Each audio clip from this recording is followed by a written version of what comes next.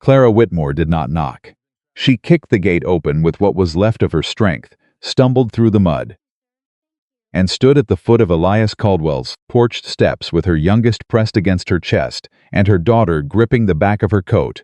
And she looked up at the man standing in the doorway with a shotgun in his hands and said, clear as a church bell on a windless morning, "You shoot me. You shoot the only person who was ever going to make sure you don't die alone on this land."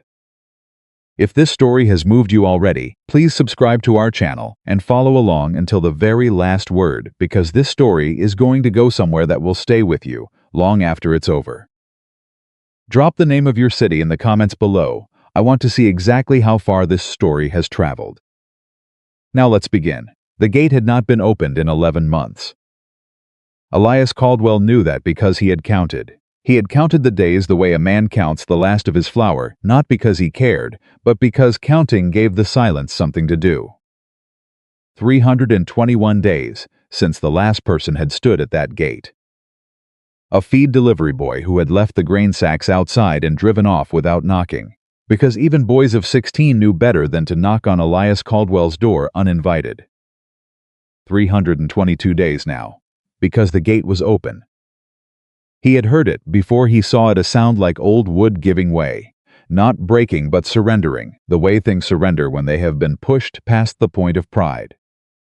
He was at the kitchen table when it happened, both hands wrapped around a tin cup that had gone cold an hour ago, staring at nothing, the way he had learned to stare at nothing, which was to say with great practice and greater intention. The fire in the stove had dropped to embers. He hadn't fed it. He hadn't moved in 2 hours except to refill the cup and set it down again. Then he heard the gate, and then he heard something he had not heard in a very long time. A child coughing. Elias was on his feet before the thought had finished forming. Not because he was a man given to quick movement anymore, his left leg had seen to the end of that, but because the sound reached past every wall he had built inside himself and pulled him upright way. Cold water pulls a drowning man toward air. Instinct, pure animal instinct. He grabbed the shotgun from beside the door, not because he planned to use it, but because a man who lives alone learns that a tool in the hand is better than a tool on the wall, and then he pushed through the front door and onto the porch. What he saw stopped him at the top step. A woman, younger than he'd expected, though he'd expected nothing at all. Maybe 28, maybe 30, with dark hair plastered flat against her face from what looked like the better part of a day's rain, and a dress so worn through at the shoulders that he could see the white of her chemise beneath it. She was carrying a boy 3 years old, maybe 4, pressed against her left side, with her arm locked under his legs and his face buried against her neck. The boy was the one coughing, a wet rattling sound that no child's chest should make in November. Behind her, holding the back of her dress with both hands, was a girl. Older than the boy by a few years, 7, maybe 8. She had her mother's dark hair and her mother's jaw, set hard against the cold, and she was watching Elias with eyes that had already learned not to trust what they saw. The wagon behind them was a wreck. One rear wheel had cracked down the spoke and been lashed together with what looked like strips of leather cut from a harness. The horse pulling it was a gray mare, so thin Elias could count her ribs from the porch, and she stood with her head dropped low and her eyes half closed, the way horses stand when they have decided they are done. Elias looked at all of this in the space of 3 seconds. Then he looked at the woman's face. She was not crying. He noted that first. She had the look of a woman who had cried everything she had some miles back and arrived here with nothing left but the thing underneath the crying, which was a kind of terrible, stripped-down determination that was almost frightening to look at directly. Her eyes were fixed on him, dark eyes, steady, the kind of steady that doesn't come from confidence but from the place a person reaches when they have run out of options and discovered to their own surprise that they are still standing. She kicked the gate open. He'd already told you that part. But watching it happen, watching her shift the boy on her hip, plant her left foot, and kick the gate hard enough that it swung back and cracked against the fence post, watching a woman who could barely stand do something with that much intention, it was the kind of thing a man remembered. She walked to the foot of his porch steps, stopped, looked up at him. "You shoot me," she said. "You shoot the only person who was ever going to make sure you don't die alone on this land." Elias stared at her. The shotgun was in his right hand, barrel pointed at the porch boards. He had not raised it. He was not going to raise it. But he held it, the way men hold things when they do not know what else to do with their hands, and she had looked straight at it before she'd looked at him, and she'd said what she said anyway. "Ma'am," he said, and his came out rougher than he intended, scraped dry from disuse. "I don't know who you are." "Clara Whitmore," she said. "My husband was Thomas Whitmore. He worked the Denning Ranch, 40 miles east of here, until September, when he fell from a hayloft and broke his back and died 4 days later, owing Harlan Denning 6 months of advanced wages that Denning claimed Thomas had never earned." Her voice did not waver. She delivered the facts the way a man reads a bill of sale steadily, without ornament, because the facts were bad enough without help. "Denning took the cabin, took the furniture, took the last of our winter stores. Said it was in the contract Thomas signed. I never saw the contract. Thomas couldn't read well enough to know what he'd signed. By the time I understood what had happened, we had the horse, the wagon, and 3 days of food." Elias said nothing. "That was 11 days ago," Clara said. He looked at the boy on her hip. The coughing had quieted some, but the child's face was pale in a way that had nothing to do with cold. "I'm not asking for charity," Clara said. "I'm asking for work. I can cook, I can clean, I can mend fences and slop hogs and do whatever needs doing on a working ranch. I can see from here that plenty needs doing." Her eyes moved briefly over the sagging porch rail, the broken hinge on the barn door, the fence line at the north end of the property where 2 posts had gone over. Then back to him. "You give me and my children a roof and I will work for every inch of it." "I don't need help," Elias said. "You need a great deal of help," Clara said. "But that's not what I'm selling." He blinked. "I'm selling work," she said. "What you need and what you're willing to admit are 2 different things. And I don't have the time to negotiate the distance between them." The girl behind her, the daughter, tugged at her mother's dress. Clara reached back without looking and put her free hand over the girl's, without breaking her gaze from Elias. "My daughter's name is May," Clara said. "She's 7. The boy is Samuel. He'll be 4 in the spring." A pause. "If he makes the spring." That last sentence fell into the cold air between them and didn't move. Elias looked at Samuel again. The boy had lifted his head from his mother's shoulder and was looking at Elias with the wide, unguarded curiosity of a child who had not yet fully learned to be afraid. His cheeks were flushed, not from the cold, from something inside. Elias knew what fever looked like in a child. He had seen it before. He had held it in his arms before. He was not going to think about that right now. "The guest cabin's got no heat," he said. His own voice surprised him. He was already negotiating, and he hadn't decided to. "Stove needs a new flue pipe." "I can fix a flue pipe," Clara said. "Roof leaks on the east side. I can patch a roof." "It's November in Montana." "I know what month it is," Clara said. "I've been walking through it." Elias stood there. The wind was picking up from the north, the way it did this time of year before it decided to become something serious. He could feel it in his leg, the deep ache that lived in the bone where the break had been, that got worse in the cold and never entirely left in the warm. He shifted his weight off it without thinking, and he caught the moment Clara noticed him do it, and he hated that she noticed, and she said nothing about it, which he hated slightly less. "1 week," he said finally. Clara's jaw tightened slightly.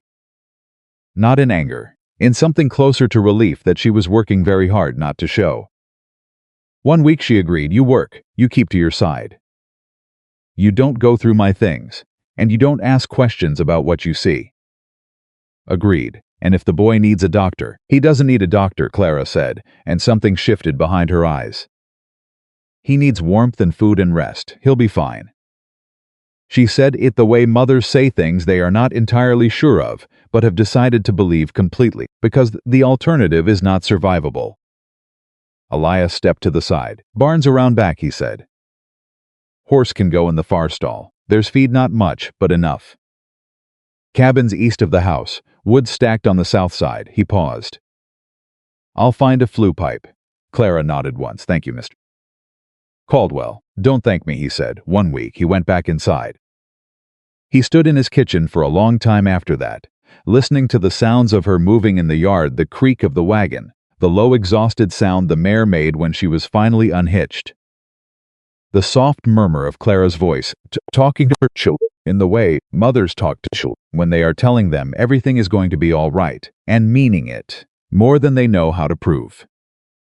He picked up his cold cup of coffee, set it down, went to find a flue pipe. The guest cabin had not been opened since the spring before last.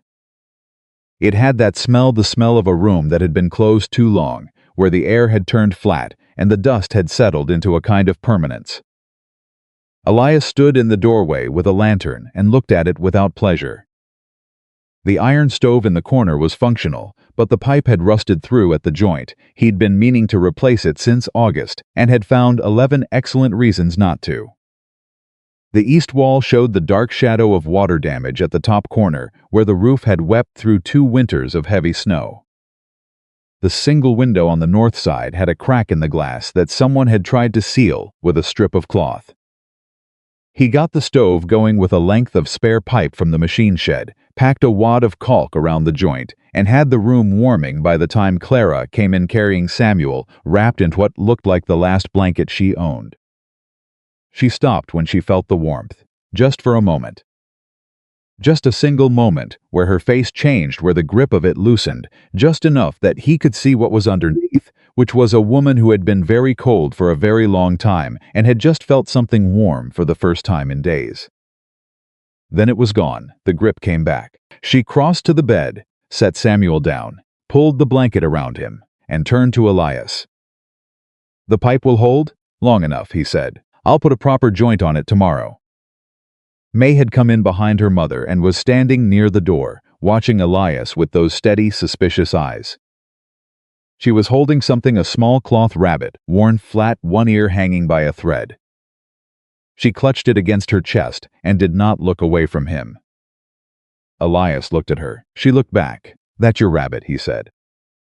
May said nothing. "She doesn't talk much to people she doesn't know," Clara said from across the room, not turning around. "She'll come around. I'm not asking her to," Elias said. He set the lantern on the table and turned to leave. "Mr. Caldwell," he stopped, didn't turn all the way around. Presented his shoulder instead.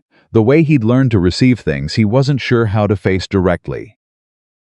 "I want you to know," Clara said, "that I understand what you're risking. Letting strangers onto your land. I won't make you regret it." "Already might," he said, and walked out. The night settled hard and cold over the valley.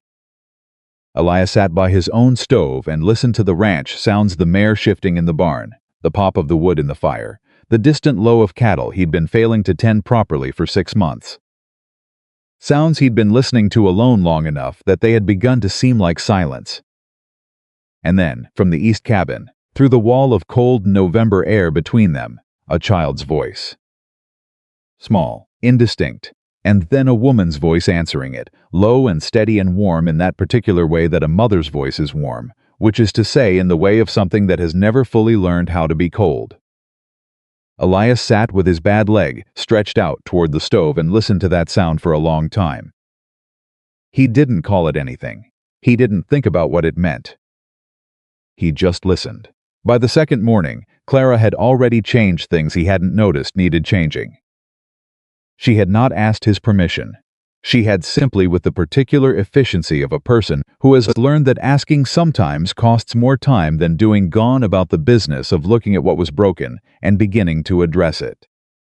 The porch steps, 2 of which had gone soft from rot, she had shimmed level with pieces of wood she'd found in the lean-to. The kitchen, which she'd entered that first morning by knock and waiting until he grunted, she had tidied in the 20 minutes while he was at the barn, not intrusively, not overstepping, but in the way of a person who cannot walk through a disordered room without her hands beginning to address it. And there was coffee. He'd smelled it from the porch. He came in and stood in his own kitchen doorway, looking at the pot on his own stove and the cup set out on his own table, and he had a feeling he could not immediately name. It wasn't gratitude exactly. It was something older and stranger, the feeling of being expected. The feeling of a space that had been arranged to receive him. He hadn't felt that in a long time. He sat down and drank the coffee without saying anything about it. Clara came in from outside while he was on the second cup. She was carrying a pail and had hay in her hair and mud on her boots, and the particular expression of a woman who has just completed the first 4 items on a list she is going to complete entirely. "Your bay gelding has a shoe pulling loose on the left front," she said, setting the pail by the door. "I didn't touch it, didn't know if you had a preference, but it'll need seeing to before the ground freezes hard." Elias looked at her. "I know enough," she said. "Thomas wasn't much of a horseman. I learned to handle what he couldn't." And what couldn't he handle? It came out flatter than he intended. Clara looked at him steadily. "A great many things," she said, without bitterness and without apology. "But he was a good man, and he loved his children." "How's the said nothing?" Clara asked. He went still. "My leg is fine. It's not," she said simply. "You were listening to the right all morning." "The cold's in it."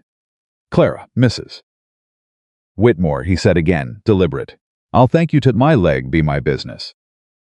She looked at him for a moment. "Fair enough," she said, and went back out. He sat there for a while after she left. The coffee was good. Better than he made. He hadn't been sure his coffee was bad until this moment, when he understood that it was, and that he'd been drinking bad coffee for years without knowing any different, which struck him as a small and unexpectedly painful thing to realize at 45 years old. Samuel's cough was better by the 3rd day. Clara had brewed something, he didn't know what, some combination of dried herbs she'd had in a cloth pouch in her wagon, the smell of it sharp and medicinal, and she'd been giving it to the boy in small doses with warm broth. The improvement was visible. The flush in the child's face had cooled. He was moving around the cabin under his own steam, which Elias discovered by finding him in the barn on the 3rd afternoon, standing in front of the bay gelding's stall, with both hands extended upward, and the serious, concentrated expression of a very small boy attempting communication with a very large animal. Elias stopped in the barn doorway. Samuel did not hear him over the sound of the horse. "Hey," Samuel said to the horse. The gelding lowered his head slowly. Samuel's face split open in a grin so unguarded and complete that it hit Elias somewhere behind the sternum like a thrown stone. He should have said something. Should have let the boy know he was there. Instead, he stood in the doorway for a moment longer than he should have, watching a child grin at a horse in the particular way that children do when they are experiencing joy in its simplest, most unguarded form. And then he cleared his throat and stepped into the barn. Samuel spun around. He did not run. He looked at it with the frank, assessing gaze of a 4-year-old who has not yet learned to fear men particularly, only to read them. "Horse," Samuel said, pointing. "Yeah," Elias said. "That's render." "Render," Samuel repeated carefully, as if filing it. "You like horses?" Samuel considered this with the gravity appropriate to a serious question. "Don't know yet," he said. Elias looked at the boy for a moment. "Fair enough," he said, which was what Clara had said to him, and he didn't notice that until later. He went about his business in the barn. Samuel stayed at the gelding stall. Neither of them spoke for a while. When Elias was done, he walked back toward the door, and Samuel's voice caught him. "Mr. Elias stopped. Mama said you let us stay." He turned halfway. "She did. She said to say thank you." A pause. "She said she forgot to say it right." Elias looked at the boy. "Tell her it's all right," he said. He walked back to the house. In the kitchen, he stood at the window and looked at nothing in particular, and thought about nothing in particular, with the particular intensity of a man who is thinking about something very specific, and working very hard not to name it. May spoke to him for the first time on the 5th day. He was on the porch repairing the south railing, a job he'd been putting off for 3 months, because there was no one to tell him what to do with his time, and so he'd done nothing with it when she appeared around the corner of the house and stopped 6 feet away and watched him work. He didn't look up. She didn't speak. This continued for approximately 10 minutes, which is a long time for silence between a grown man and a 7-year-old, but Elias had been in longer silences, and May appeared to be a child of patience. Finally, she said, "Why's your leg hurt?" He kept his hands on the railing. "Accident. Horse." She absorbed this. "The horse kicked you? Came down on me. Did it hurt?" "Some. Does it still hurt?" He looked up at her then. She was standing with the cloth rabbit under her arm and her chin slightly out. The way a child stands when they're asking something they've been told might be impolite, but they're asking anyway because they have decided the answer is more important than the manners. "Yes," he said. She nodded slowly as if this confirmed something she'd suspected. "Mama's back hurts too," she said, "from carrying Samuel." "She doesn't say so." "I know," Elias said before he thought about it. May looked at him. "How do you know?" He turned back to the railing. "Because she carries him on the left, shifts her weight to the right. She favors the left side when she thinks no one's watching." He could feel May looking at the back of his head. "You watch her," she said. It wasn't an accusation. It was just a thing she'd noticed. "I watch everything on my property," he said. "Habit." "Oh," May said. She stayed a while longer. Then she went back around the house. He heard her telling her mother something, the words unclear, and then Clara's voice, lower, and then silence. He finished the railing. He stood and tested it with both hands, putting his weight on it the way the winter would, and it held. He hadn't fixed anything on this property in a long time. He looked at his hands for a moment. Then he went in and started on dinner. He didn't know why he did that either. Clara came to the kitchen door at dusk and stopped when she saw him at the stove. "You're cooking," she said. "I live here," he said. "I was going to sit down, Mrs. Whitmore." She stood for a moment in the doorway. "Clara," she said. He said nothing. "If I'm going to be working your ranch," she said, "and sleeping 20 feet from your back door, and feeding your horse, then you can call me Clara." He did not turn around. A long pause. Then the sound of the chair scraping back. The small sounds of her sitting. Of her letting something go just slightly, just a degree, the way a person lets something go when they have been holding it a long time and someone tells them to sit. He put 2 plates on the table. She looked at the second one. "You're eating with me?" "I'm eating at my table," he said. "You happen to be sitting at it." She was quiet for a moment. Then, very quietly, she said, "That's the kindest unfriendly thing I've ever heard." He sat down across from her. Neither of them spoke for a little while.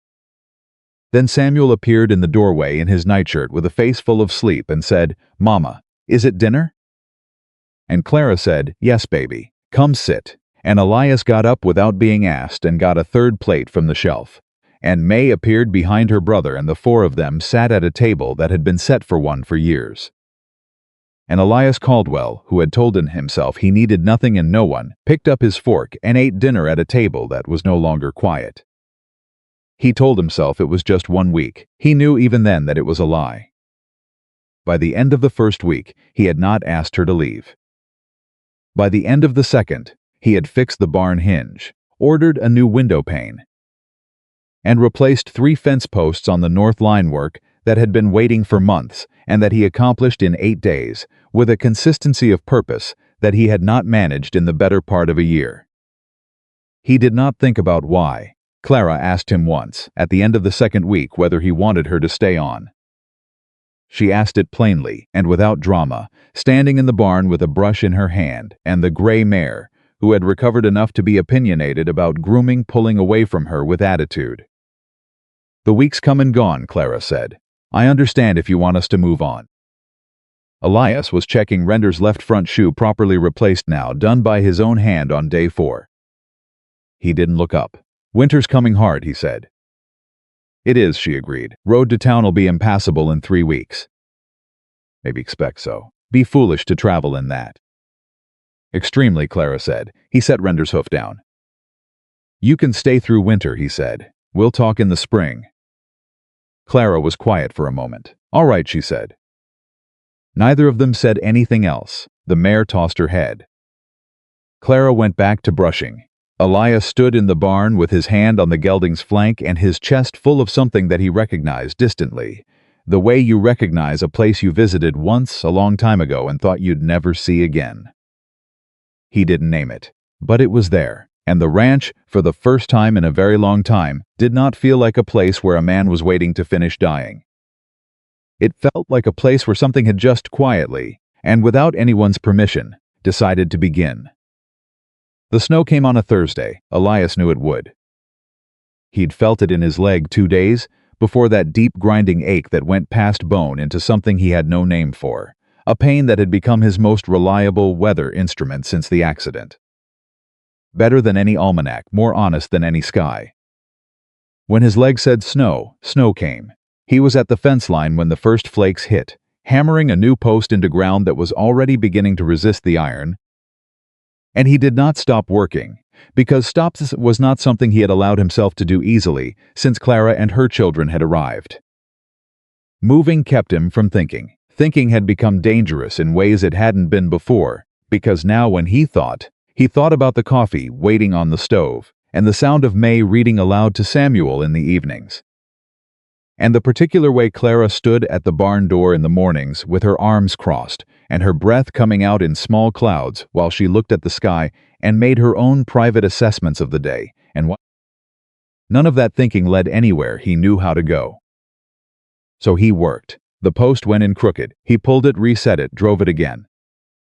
Clara appeared at the fence line 20 minutes later with a tin cup in each hand, and that expression she had developed, not sympathy, not pity, something more exacting than either. A kind of practical concern that assessed the situation and presented itself without apology. "You're going to lose that hand if you keep working bare in this," she said, holding out a cup. "I've worked in worse," he said, and took the cup anyway. She stood beside him and looked at the new post and said nothing for a moment. "It's straight," she said. "It'll do," he said. "I said it's straight, Elias." He looked at her sideways. She had started using his given name sometime in the 3rd week without announcement or ceremony, the way she did most things, simply deciding that a thing was appropriate and proceeding as though it had always been so. He had not corrected her. He told himself he hadn't noticed until now.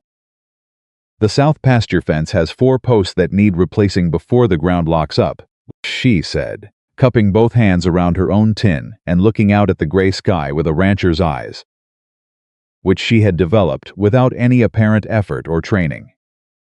"If you do 2 tomorrow and I do 2 the morning after, we can finish before the real freeze." "You don't need to." "I know I don't need to," she said. "I'm going to." He drank his coffee, she drank hers.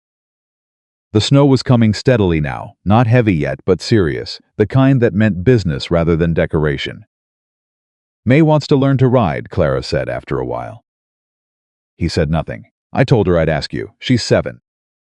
"She's ready." "That your assessment or hers, both," Clara said. "She sat on the gray mare yesterday while I was brushing her, and she didn't flinch once." "The mare didn't flinch either, which tells you more." Elias looked at the snow. "We'll see," he said. Clara made a sound that was not quite agreement and not quite argument, a sound that, in the 6 weeks she had been on his property, he had come to understand meant she had won and was being gracious about it. She went back to the house. He stood at the fence line with his empty cup and looked at the posts and thought about a 7-year-old girl on horseback with her jaw set and her mother's eyes and a cloth rabbit under one arm, and he did not call what he was feeling anything at all. The freeze came on hard that night, and with it came Harlan Denning's man. Elias heard the horse before he heard the knock, a single rider, fast, which was unusual enough for November, that he was at the door before the second knock landed. He opened it to find a young man he recognized from the county seat, one of the riders who moved between the larger ranches in the valley, carrying messages for men who did not deliver their own. The rider held out an envelope. Elias took it. "Denning sends his regards," the rider said, in the tone of a man who has been told to say exactly that and nothing more. "I'm sure he does," Elias said. He read the letter at the kitchen table while the fire popped, and the snow hit the windows in long, steady sweeps. It was written in the clean, formal hand of a man who employed a secretary, which meant every word in it had been chosen by someone who understood exactly how words could be used as instruments of precision damage. The substance of it was this: Harlan Denning had acquired, through purchase, the outstanding loan on the Caldwell Ranch, a debt Elias had carried for 4 years.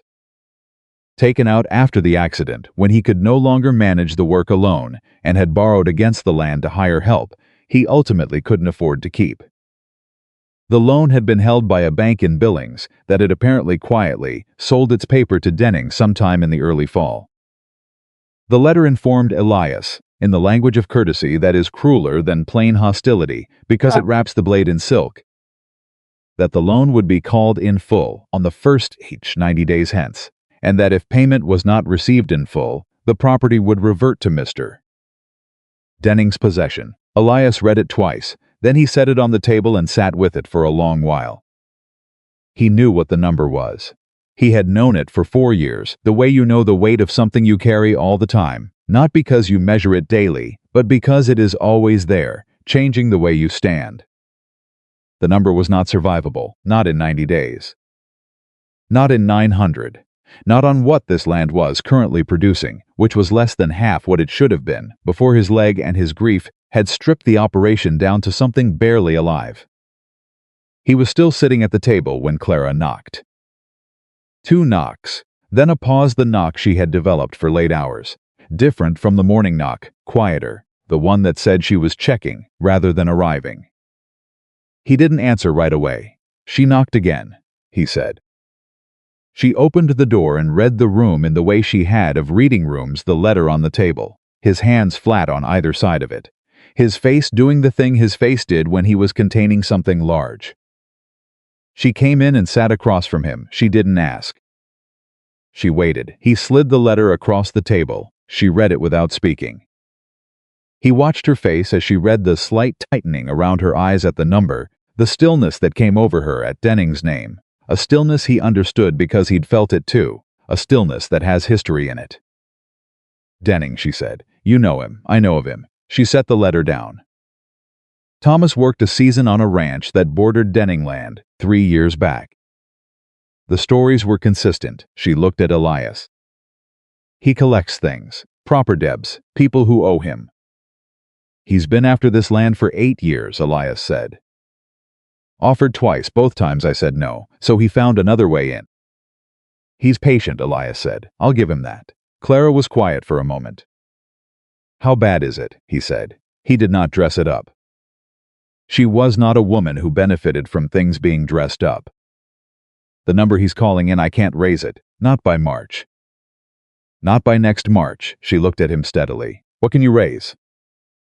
Half. Maybe a little more if I sell the gray mare and 2 of the cattle. Don't sell the mare, she said immediately.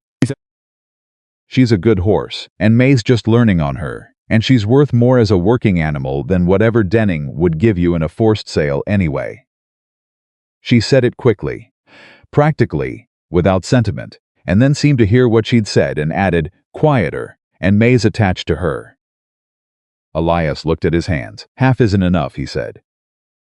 No, Clara agreed, but half is a start and 90 days is time. She folded her hands on the table. Who do you know in the county? People who've done business with you. People who trust you, I keep to myself. I know you keep to yourself, she said. I'm asking who knows you even so. He thought about it, which was something he had not done in a long time, actually cataloging the people who might, under sufficiently unusual circumstances, extend him something like trust. The list was not long. It had never been long even before, and it was shorter now. But it was not empty. Pete Halverson, he said. He's got a quarter share in the feed mill. And Frank Arden, south of town, I pulled him out of a bad situation with his horses 6 years ago. He said I could call on him. Then call on them, Clara said. I don't ask for help. I know you don't. Her voice didn't change. How's that working out? He looked at her. She looked back. And in her eyes there was something that was not unkindness, not even close to unkindness, but was something more demanding than kindness, which was the refusal to let him use his pride as an excuse when the stakes were this particular size. He looked away first. Denning has friends on the county board, he said. He's been building relationships there for years. A hearing, if it comes to one. Then we don't let it come to one, Clara said. We handle the debt before it gets that far. He noticed the word. He didn't think she noticed that she'd used it. Why, he said. She looked at him. Why does it matter to you, he said. What happens to this land? She was quiet for a moment. Not the defensive quiet of a person caught at something. The genuine quiet of a person thinking about how to say something true. Because my children are sleeping in that cabin, she said finally. Because Samuel's cough is gone and May smiled this morning for the first time in 4 months. Because this place, she stopped, started again. This place has started to feel like something, Elias. And I have been a very long time without something. He sat with that. Outside, the wind had picked up and was doing serious work against the windows. The snow was thickening. You should get back to the cabin, he said. It's cold, she agreed, but reached across the table and picked up Denning's letter and folded it with the precise, deliberate movements of someone who has dealt with threatening documents before and knows they are more manageable when they are smaller. She set it back on the table. Sleep, she said. We'll start on it tomorrow. She went to the door. Elias, he looked up. You kept that debt to yourself for 4 years, she said. You could have told someone. There wasn't anyone to tell. She looked at him for a moment with an expression he could not entirely read, something between sorrow and something else, something quieter and more permanent. There is now, she said. She closed the door. He sat at the table for a long time after that, with the folded letter and the dying fire and the sound of winter working against the walls of the only thing he had left, which had stopped feeling like the only thing he had sometime in the last 6 weeks, without his noticing. Morning came gray and brittle, the kind of cold that made the floorboards creak under the slightest weight. Elias was up before the light fully arrived, and he found Clara already in the kitchen when he came through, not cooking, not cleaning, but sitting at the table with a piece of paper and a pencil, writing numbers. She had the look of a woman who had not slept much, but had used the not sleeping productively. She looked up when he came in. I've been working it out, she said. Working what out? The money. She turned the paper around so he could see it. Columns of figures, neat and precise. If you sell the 2 cattle, the older ones, not the breeders, and keep the mare, and if Halverson and Arden each come in for even a quarter of what they can reasonably spare, and if the spring calf crop is decent. That's a lot of ifs. Everything is ifs, she said. But these are workable ifs. He looked at the numbers. She had done it correctly, not just the arithmetic, which was impeccable, but the judgment behind the arithmetic, the sense of which pieces were movable and which were not, the kind of understanding you get from living close to a working operation. You've done this before, he said. I managed Thomas's accounts, she said. What accounts there were? A pause. He was a good man, but he wasn't careful with money. I learned to be careful for both of us. And when he died, Elias said, carefully, Denning took all of it. Denning took what the contract said he could take, Clara said. Which was everything. Because Thomas had signed a contract that said everything. Because he couldn't read it well enough to know that. She said it evenly, without venom, but there was something beneath the evenness, something that had been there a long time and had compressed itself, under pressure, into a very hard, very small, very permanent thing. I read that contract afterward. I read every word of it. And I understood exactly what kind of man Harlan Denning was. Elias looked at her. He's done this before, he said. Hasn't he? It's not just your husband, it's not just me.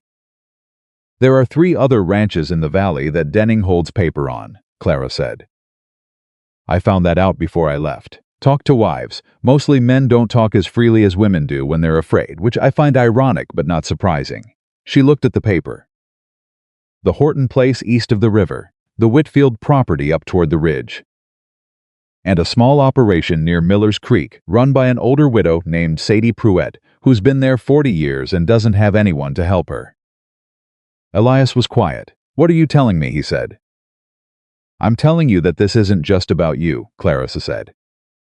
Denning isn't collecting a debt. He's collecting land. And he's doing it one at a time because one at a time is easy. One lonely rancher, one widow, one old woman, they each face him alone. And alone, none of them can do anything. And together? She looked at him. Together is a different conversation, she said. He sat with that. Outside, Samuel's voice came from the cabin, a small, sleepy sound. The particular pre-dawn complaint of a 4-year-old discovering that morning has arrived without his permission. Then Clara's name, called in the tentative questioning way of a child who is checking whether she is still there. She pushed back her chair. I have to go, she said. But think about it. She was at the door when he said, the Horton place. Do you know Art Horton? She paused. By name. His wife is Ruth. She makes a very good apple butter, from what I'm told. Art Horton and I worked the same cattle drive in '87, Elias said. We haven't spoken in years, but he'd know my face. Clara turned slowly. He was not looking at her. He was looking at the numbers on the paper.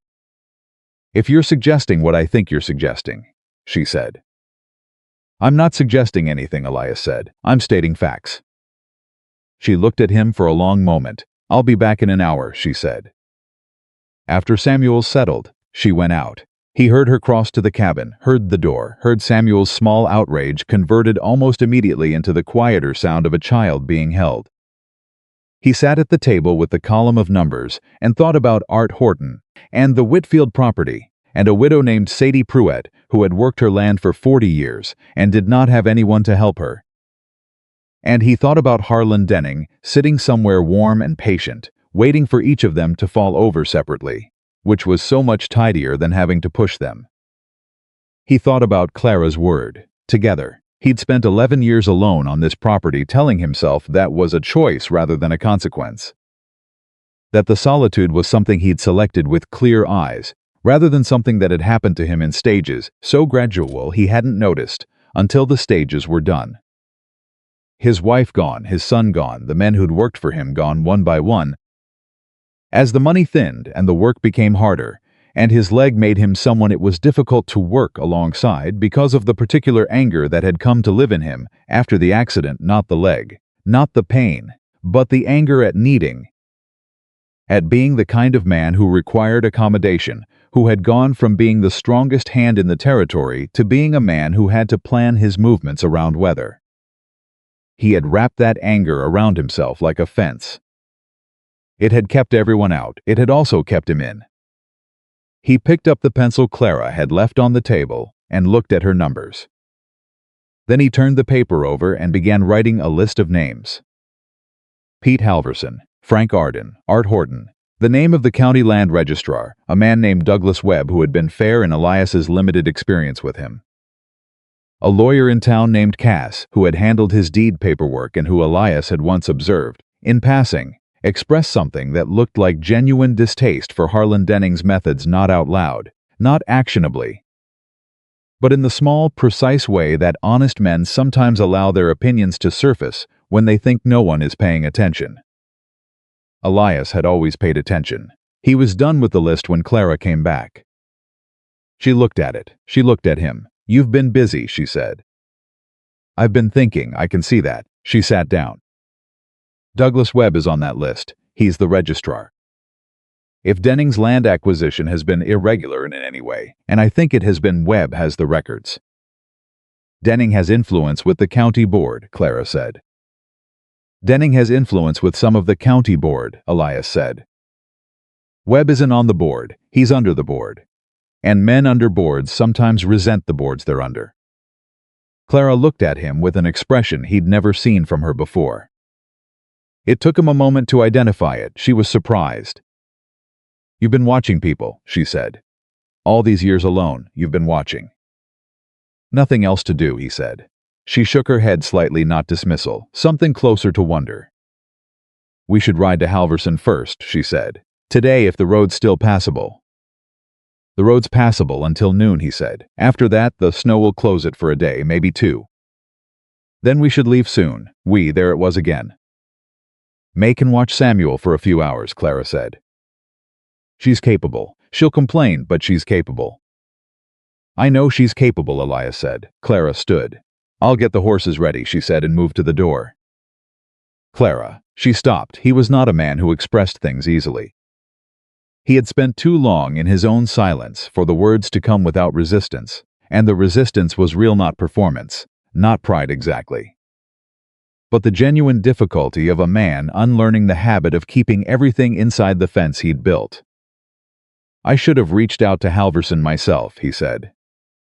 Months ago, before it got to this point, Clara waited. I didn't because started again. I didn't want anyone to see that I was struggling. She was quiet for a moment. I know, she said. I could see it the first day. The whole property could see it. A pause. The not asking was the loudest thing about you, Elias. He looked at the table. We're going to fix it, she said. Simply, without sentimentality, that's what we're doing today. She went out to the horses. He sat for a moment longer. Then he put on his coat and his hat, picked up the list of names, and followed her. Pete Halverson was a broad, red-faced man who had operated the quarter share of the mill for 20 years on the strength of a handshake reputation and a memory for the specific quantities of every man he'd ever done business with. He knew Elias's face and the dimensions of his situation, and when Clara laid the numbers on Halverson's kitchen table, she had brought them, neatly transcribed. Without being asked, Halverson leaned back in his chair and chewed the inside of his cheek in the way of a man who is doing real arithmetic and not just performing it.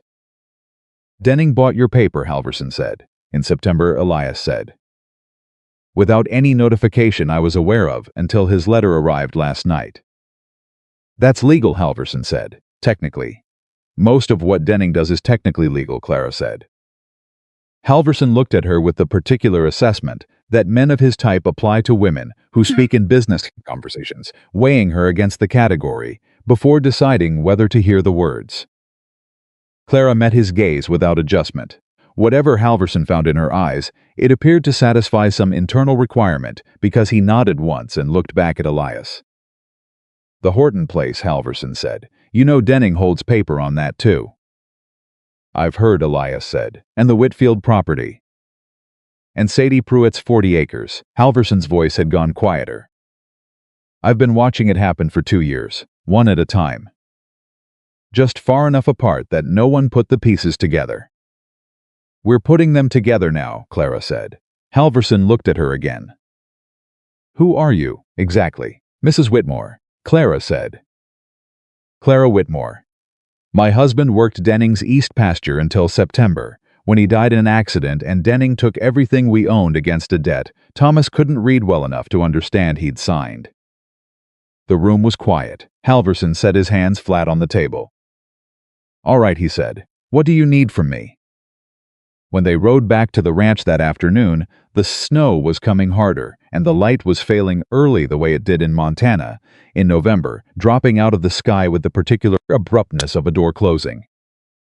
But Elias rode with something in his chest that had not been there in the morning, not hope exactly, which was too large a word for what was still a fragile thing, but something adjacent to it. Something that had been absent long enough that its return felt almost unfamiliar. Halverson had committed what he could. Frank Arden, reached by messenger the same afternoon, sent word back that he'd come to the ranch on Saturday. The name of Douglas Webb, the county registrar, sat at the bottom of Elias's list like an unopened card, a possibility he had not yet approached, but could feel the weight of. Clara rode beside him in silence for a long while. Then she said, Art Horton. Elias said. If the road opens. Oh, by mid-morning, she said. How do you know? The wind shifted east an hour ago, she said. The heavy snow follows the west wind. When it comes east, it's clearing. He looked at her. She was looking at the road ahead. Thomas used to say I could read the sky better than any man he'd worked with, she said. He meant it as a compliment. Elias said nothing. After a while, Clara said, Halverson's going to talk. He's that kind of man, not gossip, but the kind who turns a thing over in his mind and eventually tells his wife, and his wife tells her sister, and by Sunday it'll be through the church congregation. I know, Elias said. That's why I told him. Clara turned her head to look at him. He looked straight ahead. You did that on purpose, she said.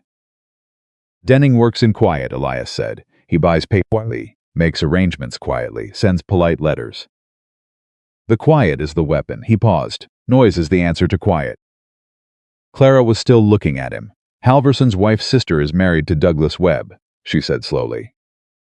Yes, Elias said. You knew that. I knew that. She turned back to the road. After a moment, in a voice that was very nearly something other than her practical register, she said, "You're a more complicated man than you appear, Elias Caldwell." Most men are, he said. She made that sound again, the one that was not quite agreement and not quite argument. The ranch came into view as the last light went, and in the east window of the guest cabin, a small lamp was burning, and through the glass they could see the silhouette of May sitting upright at the table, very likely telling Samuel a story in the particular boss-like fashion that May used for most things, the rabbit-skin toy visible on the table beside her. Elias stopped his horse at the gate. He sat there for a moment, looking at that lamp in the window. Clara stopped beside him. Neither of them spoke. Then Elias swung down from the saddle slowly, carefully, managing his leg without comment and without asking for help, but no longer with the aggressive privacy he'd applied to it at the beginning, when her noticing had felt like an intrusion rather than what it actually was, which was concern, and he took the horse's reins in one hand and stood at the gate. "You know it's not just the land he wants," Clara said, still mounted. "I know," Elias said. "He wants to prove that a man alone is easier than a man who has people beside him." Her voice was quiet. He built his whole business on that idea. Elias opened the gate. "Then let's prove him wrong," he said. He led the horses through. Clara dismounted behind him, and the lamp in the cabin window burned on, steady and small and specific, in the particular way of a light left burning by someone who expects the people they are waiting for to come home.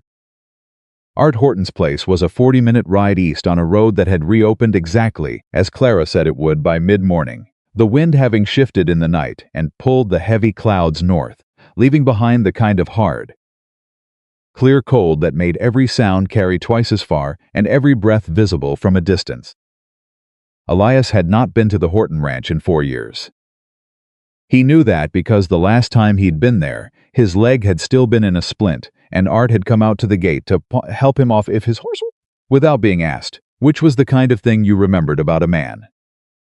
Art Horton was 60, maybe a few years past, with the hands of someone who had worked outdoors since childhood, and the voice of a man who had learned to be heard over cattle and wind.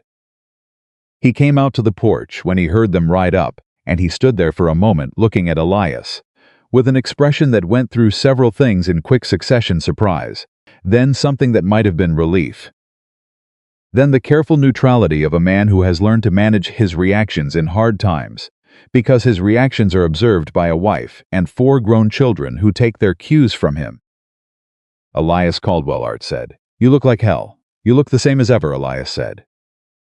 "That's not a compliment," Art said, but he was already coming down the steps, and he shook Elias's hand with both of his, which was also something Elias remembered about him. Clara dismounted without ceremony and introduced herself before Elias could do it, which was also something he'd come to expect from her. She understood that social navigation in small communities requires someone willing to be the point of contact, and she had appointed herself to that role with the same quiet efficiency she applied to everything else. "Clara Whitmore," she said. "I've been working Mr. Caldwell's ranch since October." Art looked at her, looked at Elias, said nothing about whatever he was thinking, which Elias appreciated. "Come inside," Art said. "Ruth's got coffee." Ruth Horton was a small woman with sharp eyes and the particular warmth of someone who has spent decades making people feel received rather than merely tolerated.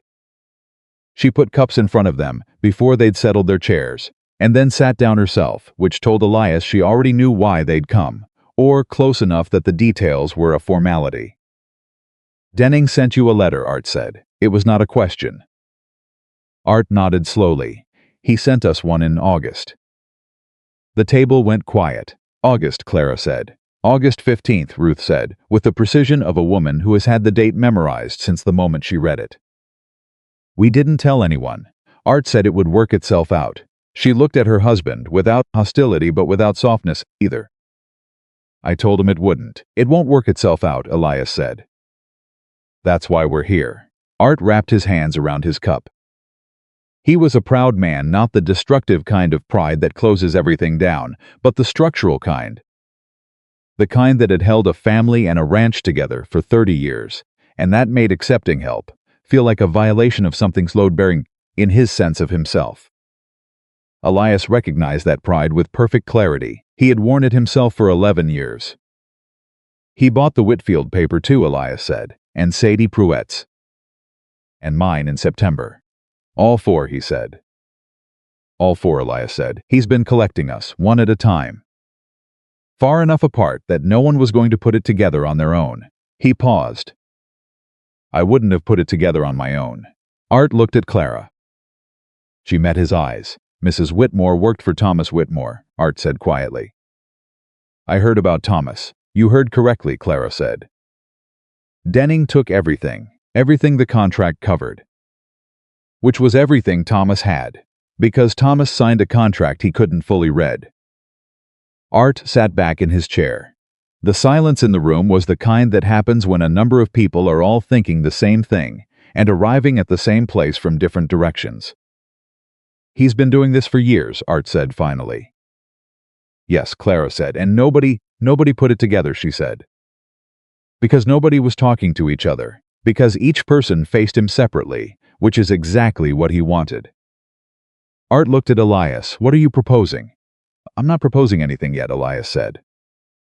I came to tell you what I know and to find out if you were willing to be part of a conversation with others in the same position. Halverson, Art said. Frank Arden? Saturday. Art was quiet for a moment. Ruth put her hand on the table near his, not touching it, but near the particular gesture of a woman who is leaving the decision to her husband, but making clear she is present for whatever he decides. Art looked at his wife's hand, then he looked at Elias. Sadie Pruitt's been on her land since before I was born, Art said. If Denning takes that place, he's not going to, Clara said. It came out with a certainty that surprised even her, visible in the slight adjustment of her own expression after the words were out. Art looked at her for a long moment. You're sure, he said. Not yet, she said, but I'm going to be. Art reached across the table and shook Elias's hand again. Saturday, he said. They were halfway back to the ranch when Elias said, You're not sure. No, Clara said. But you told him you were. I told him I was going to be. She was looking at the road. There's a difference. He needed something to hold on to right now. The certainty can come later. The holding on happens first. Elias looked at her profile. Where did you learn that, he said. She was quiet for a moment. 2 children, she said. A husband who was afraid more often than he showed. And a long time of being the only person in the room who couldn't afford to fall apart. He said nothing. She didn't add anything. They rode the rest of the way in a silence that had nothing empty in it. The meeting at the Caldwell Ranch on Saturday brought 7 people into the front room. Halverson, his wife Margaret, Frank Arden, Art and Ruth Horton, and a man Elias had not expected, who arrived with Arden and introduced himself as Joseph Whitfield, the younger brother of the man who held the Whitfield property. He was 26 and had the raw-edged look of someone who had been angry for a sustained period without having found a useful direction for it. Clara had rearranged the front room. She did not ask Elias's permission. She moved the chairs to face each other rather than the wall, opened the stove to push heat into the space, made coffee that was better than anything that kitchen had produced in years. And by the time people began arriving, she was simply present, not at the front of the room, not directing, but in the particular position that made clear she was the person who understood the situation most completely and was available to be asked. Elias stood at the window while they talked. He was not a man comfortable in rooms with multiple people. He had always been better at action than at assembly, better at fixing a fence post than at explaining why the fence needed fixing. But he had called this meeting, and he was present for it, which was already more than he would have done 6 weeks ago. It was Halverson who laid out the full picture, with Clara's numbers, and the information she had gathered from the county records that Douglas Webb through his wife's sister, through Margaret Halverson, through the particular information network that women in small communities maintain with greater efficiency than any business arrangement Elias had ever observed had quietly made available. The numbers were worse than any of them had known individually, and better than all of them had feared collectively. Denning held paper on 4 properties totaling nearly 300 acres of valley land. The loans had been acquired through the same Billings bank, at intervals spread across 18 months, carefully timed. The terms of each loan, called provision, allowed for acquisition under default, meaning that if any of the 4 defaulted, the land became Denning's immediately and without further proceeding. But the collective debt was a number that pooled, became something manageable. Not easy, not painless, but manageable. Halverson laid that on the table, and the room changed the way rooms change when a number of people who have each been carrying something alone discover simultaneously that the weight divides. Joseph Whitfield said, "Why would he agree to settle, if we can't pay it all at once?" "He won't agree," Clara said from her corner. Everyone looked at her. "Not directly," she said. "Denning doesn't negotiate. He acquires. That's his nature," she stood. "But there's a name on this list." She nodded at the paper in front of Halverson that Denning cannot easily move against. "Douglas Webb, the registrar," Art Horton said. "Webb has access to every land transaction in this county for the last 20 years, Clara said. Including acquisitions that Denning made that may not have been recorded with full accuracy." She paused.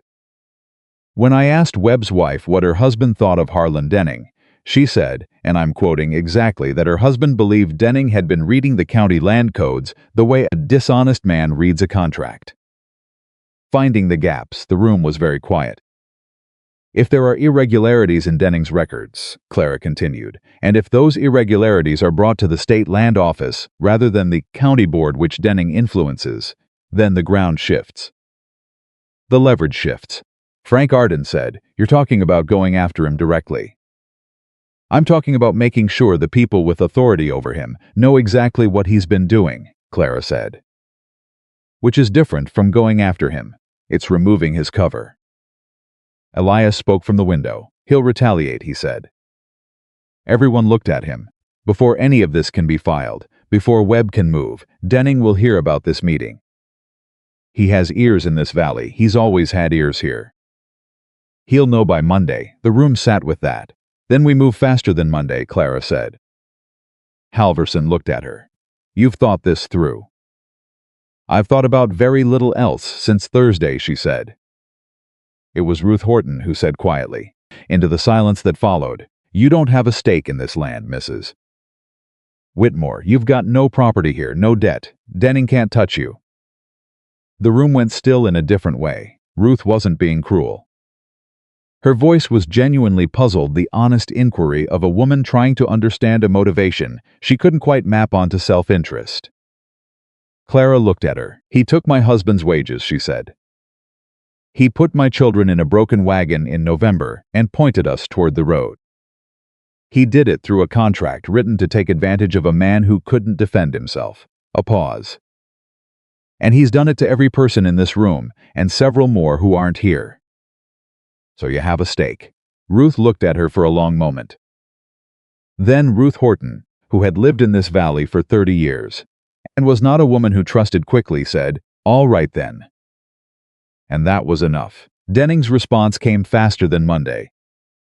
It came on Sunday evening, in the form of a rider, not the same polite young man from before, a different one, older, with the particular bearing of a man who delivers messages that are not invitations, and the message he brought was not a letter.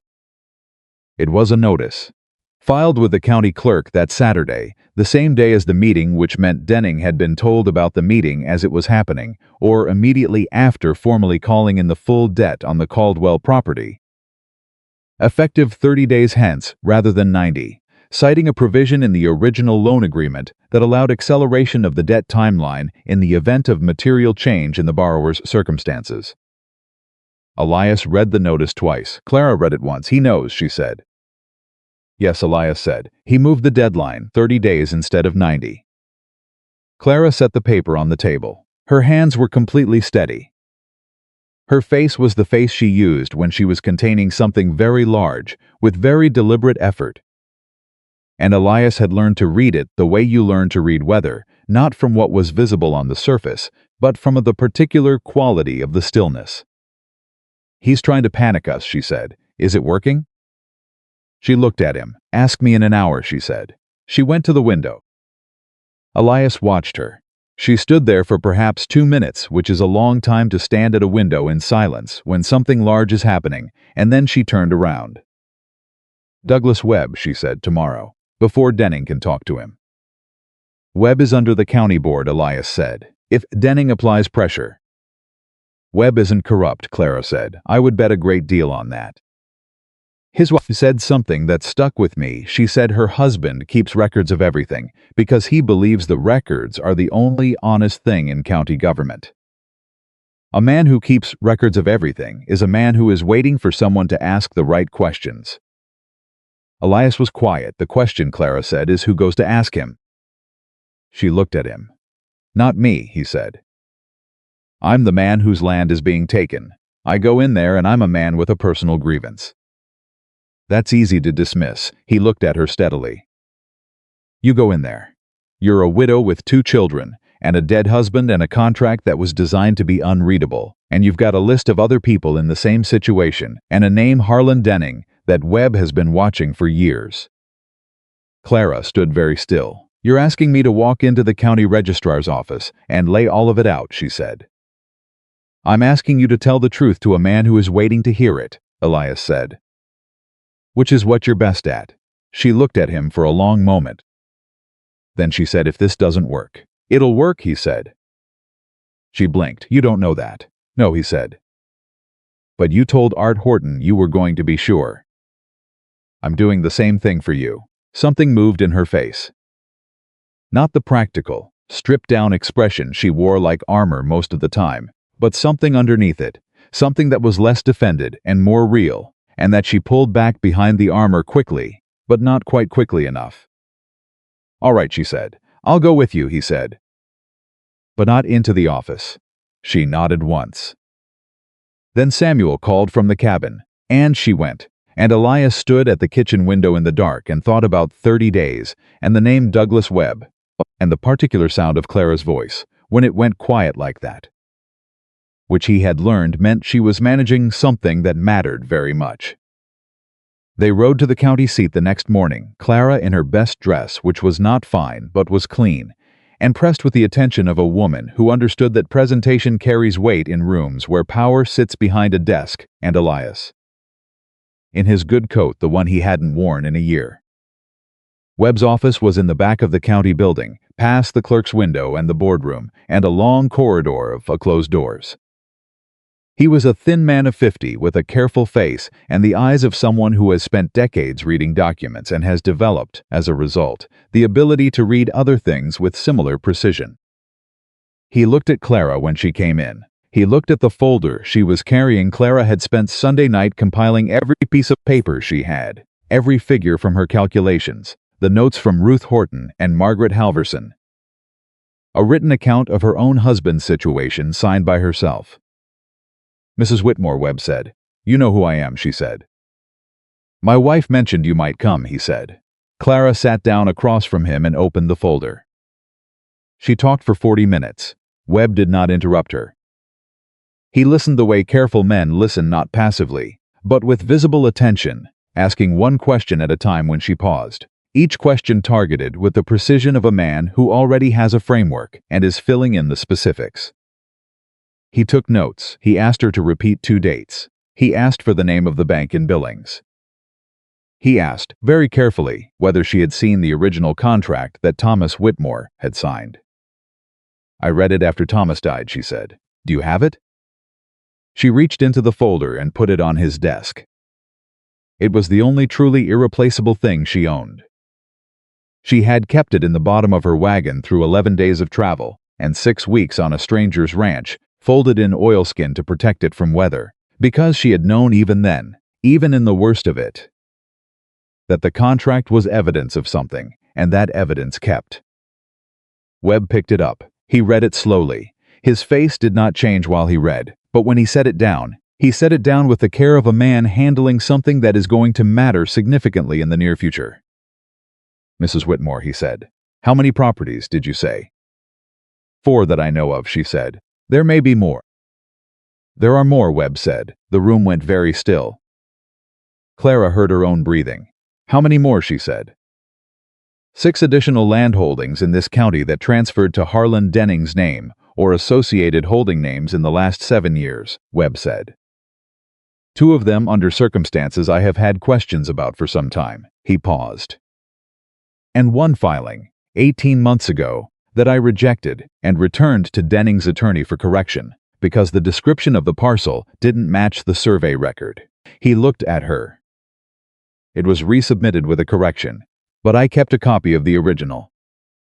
Clara sat very still. "Why did you keep it?"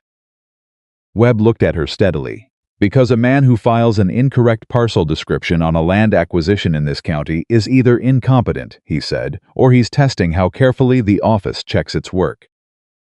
"And you check your work," Clara said. "Every record," Webb said.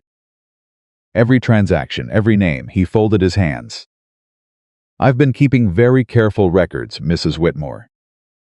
For quite some time." Clara walked out of Webb's office 20 minutes later with her folder and the receipt for the materials she'd left with him, Webb's own handwriting, signed and dated, which she had asked for, and he had provided without hesitation, and she stood in the corridor for a moment before she moved, because her legs had decided to take a moment, and her hands, which had been so steady throughout, were trembling slightly. She stood there and let them tremble briefly, privately, in the empty corridor. Then she walked out. Elias was waiting outside with the horses. He read her face when she came through the door, and whatever he read there made him exhale slowly, a breath she hadn't realized he'd been holding. "He had more," she said, "more than we knew. 6 more. And a filing he rejected 18 months ago, he kept a copy of." She looked at Elias. "He's been building a case on his own for 2 years. He was waiting for someone to come ask." Elias was quiet for a moment. "Because one county registrar filing a complaint against a man Denning's size looks like a grievance," Elias said. "But a county registrar with documentation, supporting multiple property owners, all presenting the same pattern," Clara said. "That's a different thing entirely," Elias said. "Yes," she said. He took the reins of her horse and held them while she mounted.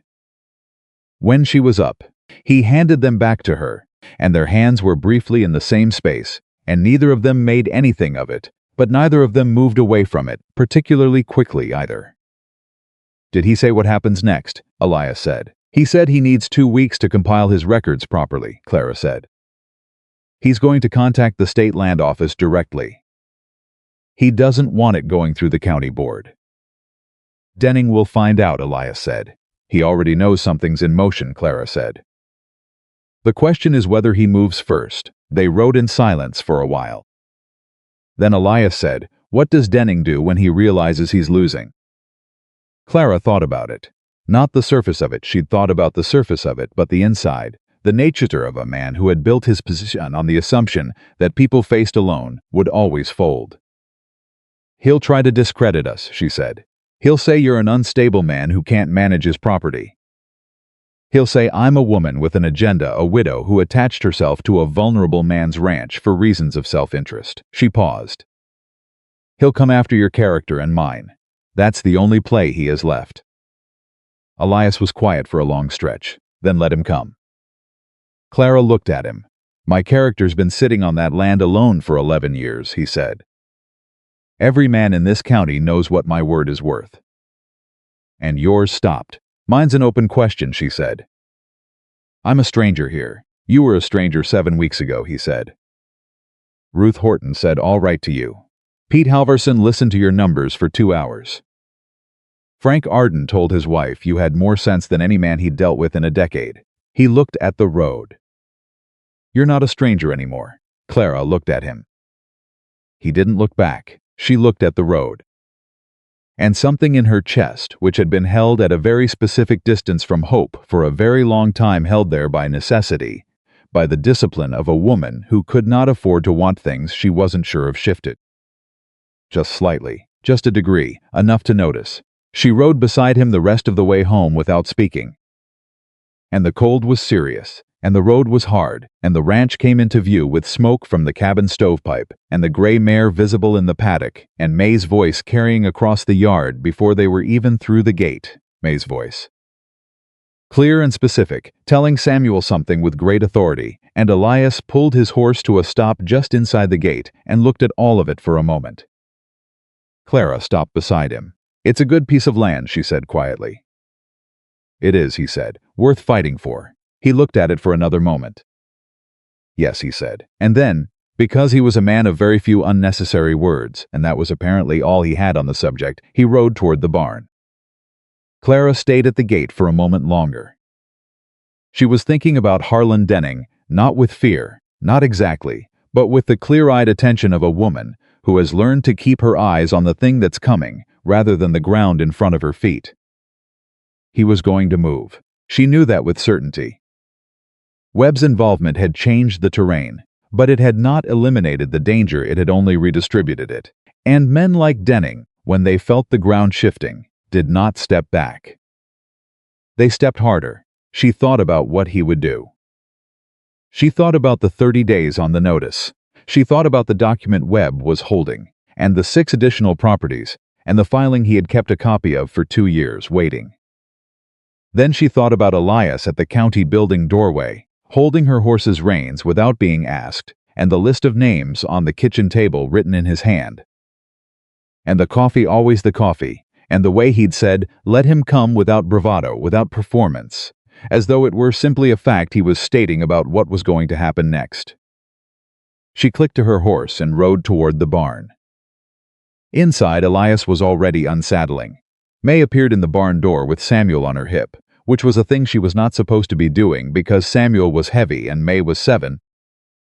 But she was doing it with the confidence of a child who has decided a rule is less important than a fact. The fact being that Samuel had wanted to come to the barn, and she had determined he would. "He ran," May said by way of explanation. "He always runs," Clara said. "His boots were on the wrong feet," May said. Elias looked at Samuel's feet. Samuel looked at Elias. His boots were indeed reversed. "Huh," Elias said. Samuel looked down at his boots with the particular expression of a small boy encountering information that doesn't entirely make sense to him. "They feel right," Samuel said. "They would," Elias said. "Come here." Samuel crossed the barn. Without hesitation, he had stopped hesitating around Elias sometime in the 3rd week, with the ease of a child who decides trust is more interesting than caution, and stood in front of him. And Elias crouched down on his good knee and switched the boots with the practical efficiency of someone who had done this before. Clara watched him do it. She watched his hands, which were large and careful, and Samuel's face, which was completely content. And May leaning against the barn door with her rabbit under one arm watching her brother, with the expression of an older sister who finds the world's incompetence both exhausting and extremely interesting. She watched all of it, and she thought, this is what Denning is trying to take. Not the land, not the cattle or the fences or the grain in the store. This exact thing, and that was when she stopped being afraid of him. Not because the danger was gone, the danger was real and immediate, and 30 days was not long. But because fear, she had discovered, gets much smaller when you can see clearly what you're protecting. And she could see it now, standing in the doorway of a barn on a piece of Montana land that was worth fighting for. With a man on one knee fixing a small boy's boots while snow ticked against the roof and the gray mare shifted in her stall, and May said something dry and 7-year-old to Samuel that made Elias make a sound that was the closest thing to a laugh that Clara had heard from him. She was going to protect this, all of it, whatever Denning sent next. Denning moved on a Wednesday. Elias found out the way people find out about things in small valleys, not from the man himself, not from any official notice, but from Pete Halverson's wife Margaret, who heard it from her sister, who heard it from Douglas Webb at breakfast before Webb had even finished his coffee, because Webb had received a letter Tuesday evening from Denning's attorney and had sat with it all night, and by morning could not hold it any longer. Margaret rode to the Caldwell ranch herself. She did not send word. She came. Clara saw her coming up the road from the kitchen window and knew from the way Margaret was riding fast, no wasted movement, the posture of a woman carrying something that couldn't wait, that whatever was in the letter was not good. She had the door open before Margaret reached the porch. "He filed," Margaret said, getting down from her horse with the urgency of someone who has been holding news like a hot coal the whole ride. "Denning filed a formal complaint with the county board against Douglas. Says Webb has been conducting an unauthorized investigation into private land transactions. Says Webb exceeded his authority." Says she stopped. Caught her breath. "He's asking the board to remove Webb from his position." Clara stood very still. "When?" she said. "The board meets Friday," Margaret said. "Day after tomorrow." Clara turned and walked back into the house. Elias was at the kitchen table. He had heard Margaret's horse, and he had heard the first words through the open door, and he was already sitting with the particular stillness of a man whose mind has moved ahead of his body and is working fast. "He's not going after the land," Clara said. "Not directly. He's going after Webb first. If Webb loses his position," Elias said, "the documentation goes with him. Or gets buried, or gets discredited," Clara said. "A fired county official's records are worth considerably less than a sitting official's records." She sat down. "He's smart. I underestimated how fast he'd move." "You didn't underestimate him," Elias said. "You planned for him moving. You just didn't plan for Wednesday." She looked at him. "That's the same thing," she said. "No," he said, "it's not. One is a failure of strategy, the other is a failure of timing." He looked at the table. "Our strategy is right. Our timing just got moved up." Margaret was still in the doorway, watching them both. "What do we do?" she said. Elias looked at Clara. Clara was already thinking. He could see it, the particular expression she used when she was working a problem, which was not the expression of someone searching, but the expression of someone rapidly sorting through things they already know, looking for the sequence that works. "The board meets Friday," Clara said. "Which means we need to be in front of that board before Denning's complaint can be addressed without our side of it on the table." She looked at Margaret. "Can your husband get word to Art Horton and Frank Arden tonight?" "He can be at Horton's by dark," Margaret said. "And Joseph Whitfield?" "Joseph's been in town all week," Margaret said. "He's staying at the boarding house. He said he wasn't leaving until something happened." "Something's happened," Clara said. "Tell him." Margaret was back on her horse in 3 minutes. Elias watched her go from the porch. Clara came and stood beside him. "Sadie Pruitt." "I know," Clara said. "She needs to know." "I'll go tomorrow morning," Clara said. "First light." He looked at her. "You've never met her." "No," Clara said. "But she's had paper on her land for 2 years, without anyone telling her the full picture. She deserves to know what's happening before it happens to her in a courtroom." A pause. "And I think she should be at that board meeting." Elias thought about it. "A woman who's worked 40 acres alone for 40 years, he said slowly. "Is not someone a county board can easily dismiss," Clara said. "Not in front of a room full of people who know her." He looked at the road where Margaret had gone. "Friday," he said. 2 days, Clara said. She went back inside. Elias stood on the porch for a moment in the cold and thought about Harlan Denning, not with anger, which had never been a particularly useful thing for him, but with the clear, assessing attention he'd once applied to difficult terrain. Denning had made a move, and it was a good move, and they were 2 days from a board meeting, and short on time, and every piece of this still had to go right. He went inside and started writing. He wrote until past midnight letters to every name on his list, letters that said what was happening and what was needed and when. He was not a natural writer. He was a man of direct speech and direct action, and the written word came out of him with effort, each sentence constructed the way you set a fence post slowly, deliberately, making sure it would hold. But he wrote, and he wrote honestly, and by the time he stopped his hand ached, and he had 7 letters sealed and addressed, and a list of writers who could carry them by morning. Clara came into the kitchen. At some point he didn't hear her, until she set a cup beside his hand, and she looked at the letters without comment and went back to the cabin. He drank the coffee. It was exactly the right temperature. He did not think about how she knew when to bring it. Sadie Pruitt's 40 acres sat on the western edge of the valley, where the hills began to rise toward the timberline, a piece of land that had been cleared and worked by 2 human hands for 4 decades, and that showed it not in neglect, but in the particular layered quality of a place that had been shaped by long attention, where everything that exists been put there by someone who knew why. Clara arrived at first light and found Sadie already in the yard. Sadie Pruitt was 71 years old, which Clara had been told, but would not have guessed from the way the woman moved, purposeful, direct, no wasted motion. She was small, and her hair was white, and she was carrying a bucket with the ease of someone who has carried buckets every morning for 40 years, and does not find them remarkable. She looked at Clara and Clara's horse and said, "You're the Whitmore woman." "Yes," Clara said. "Heard about you," Sadie said. "Get down." "Coffee's on." Inside, Sadie set the bucket down and poured 2 cups and sat across the table from Clara with the directness of a woman who has lived alone long enough that she has no patience for anything other than the actual subject. "You're here about Denning," Sadie said. "Yes," Clara said. "Tell me what I don't know," Sadie said. Clara told her everything. All of it: Webb, the documentation, the 6 additional properties, the irregular filing, the complaint Denning had made against Webb, the board meeting on Friday.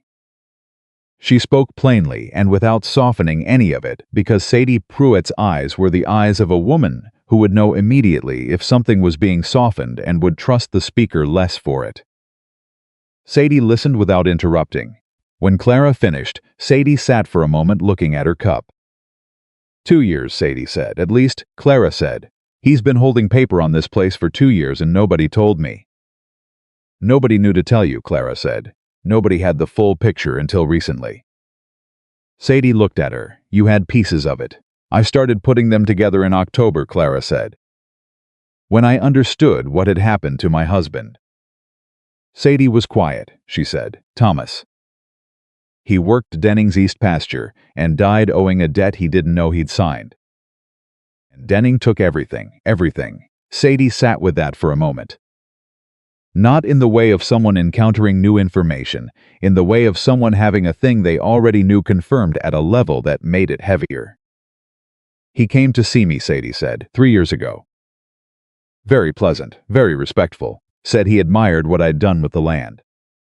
Said if I ever wanted to sell, I should come to him first." Her voice was level. "I told him this land would go in the ground with me." "He found another way in," Clara said. "He always does," Sadie said. "I've watched him for 20 years. She picked up her cup.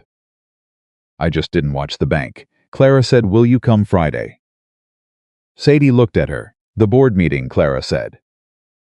"We need everyone who's been affected. We need the room to be full. We need the board to look out at the people Denning has been taking from, one at a time, and understand that what they're deciding isn't just about Douglas Webb's position. It's about whether this valley belongs to the people who built it or to the man who bought the debt under it." Sadie was very still. Then, "Elias Caldwell," Clara said. "And Douglas Webb, if the board allows it. And the other property owners." "And you?" Sadie said. Clara looked at her. "If it comes to that," she said. Sadie set her cup down with a precise, deliberate sound. "It'll come to that," she said. "Men like the ones on that board listen to men first and women second and facts last. You'll need to speak. And you'll need to speak before the facts, not after, or they won't hear the facts at all." Clara sat with that. "Do you?" Sadie looked at her steadily. "Because knowing it and being prepared to stand in that room and say what needs saying in front of people who have already decided what they think of a widow who attached herself to a struggling man's ranch, those are different things." "I know they're different," Clara said. And I'll stand there anyway," Clara said. Sadie looked at her for a long time. Then she stood up, picked up the bucket she'd carried in, and said, "I'll be there at 8. I'll bring Ruth Horton. And I know 2 other women in this county whose husbands lost land to Denning 5 years ago and have been too ashamed to say so." She paused at the door. "They won't be ashamed on Friday." Clara rode back to the ranch with something in her chest that was not quite steadiness, and not quite fear but lived in the space between them. That particular state a person enters when they have committed to something large, and the commitment has become real in a way that planning never quite makes it real. She was halfway home when she heard a second horse behind her. She turned. Elias. He had come after her. Not close, he had maintained enough distance to not crowd her, to let her have the ride, but close enough that he had been there the whole time she was at Sadie's, waiting on the road. She pulled up. He came alongside her. "You followed me," she said. "I came in the same direction," he said, independently. She looked at him. "Sadie Pruitt's road is a dead end," she said. He said nothing. She turned back to the road and they rode together. After a while she said, "She's coming, and she's bringing others." "I know," he said. "How do you know?" "Because you went," he said. "And you don't come back from things empty-handed." Clara looked at the road ahead. The thing in her chest that had been living between steadiness and fear shifted slightly toward steadiness. "I need to talk to you about Friday," she said. "I know," he said again. "You're going to speak," she said. "But there's something you need to say that you haven't said out loud yet." "To anyone. Your wife," Clarissa said. Carefully, directly, because she had learned that directness was the only approach with Elias that did not produce a wall. "And your son. What happened to them? The board knows Denning's version of your history, that you're a man diminished by grief and injury, incapable of managing your own land. You have to give them a different version, the true one."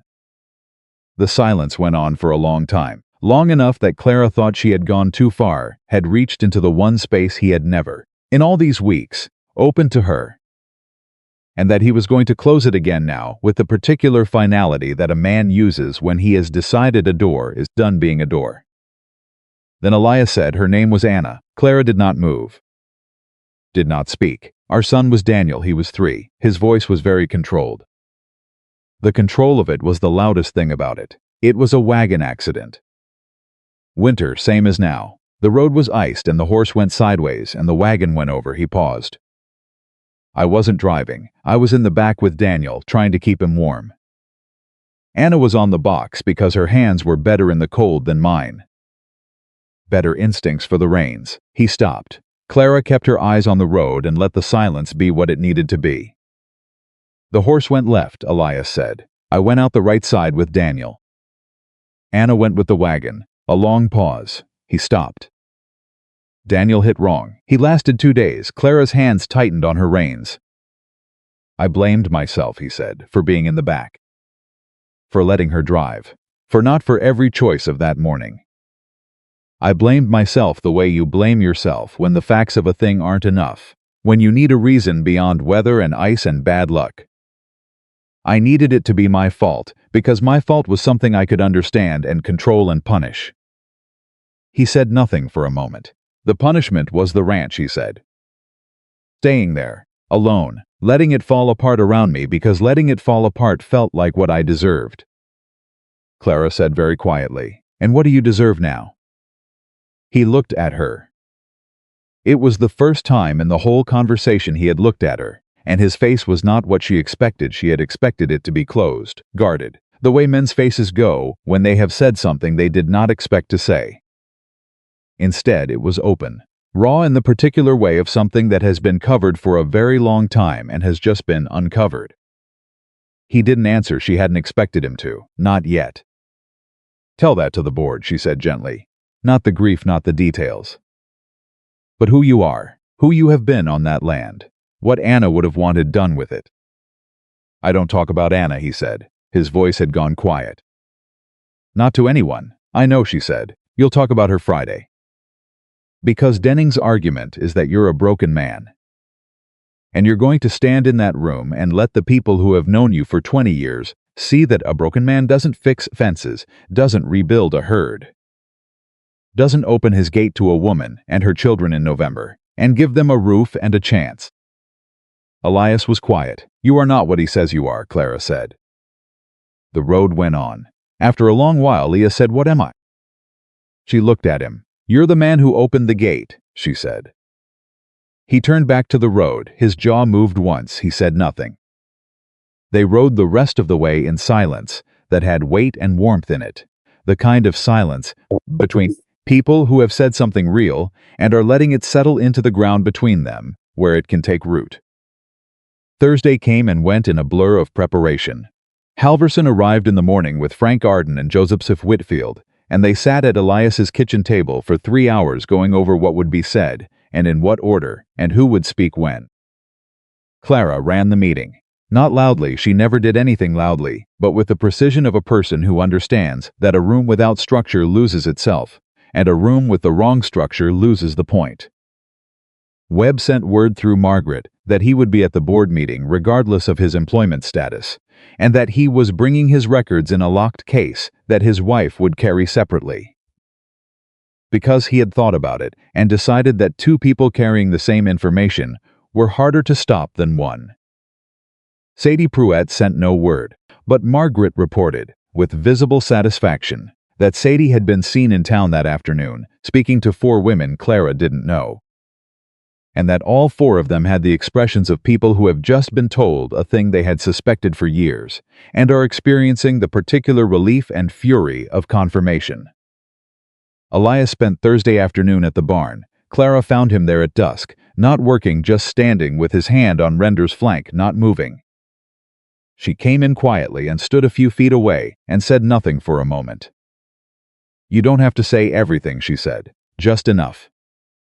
"I know what to say," he said. "I know you do," she said. "I'm saying you don't have to say it perfectly. These are people who know you." "The knowing matters more than the saying." He was quiet. "She would have liked you," he said, unexpectedly. "Anna," he said. "She was." He paused. "Practical, like you. She didn't tolerate nonsense, and she didn't soften things, and she made the best coffee in the territory." He said the last part with something in his voice that was so close to a smile that it changed the whole shape of his face. "She would have liked you very much." Clara stood in the barn and felt something move through her that she didn't try to name, because naming it would require more than she had available at this particular moment. "Elias." He looked at her. "Thank you," she said. "For that." He nodded once. She went back to the cabin to put her children to bed. Friday morning broke clear and brutal cold, the kind of cold that makes everything sharp and specific and refuses ambiguity. Elias was dressed and at the horses before dawn. Clara came out of the cabin with May's instructions about Samuel's boots delivered over her shoulder. The boy had apparently made the switch again in the night. Whether from conviction or mischief, no one was entirely sure, and her good dress and her folder and the particular expression she wore when she had made a decision and was moving toward it. They rode into town together. They were not the first to arrive. Sadie Pruett was already there. Standing outside the county building with Ruth Horton and 4 women Clara didn't recognize, and 2 that she did, Margaret Halverson, and a woman she'd seen once at the feed store who turned out to be Frank Arden's sister-in-law, who had apparently driven 12 miles at 5 in the morning because Sadie Pruett had told her to.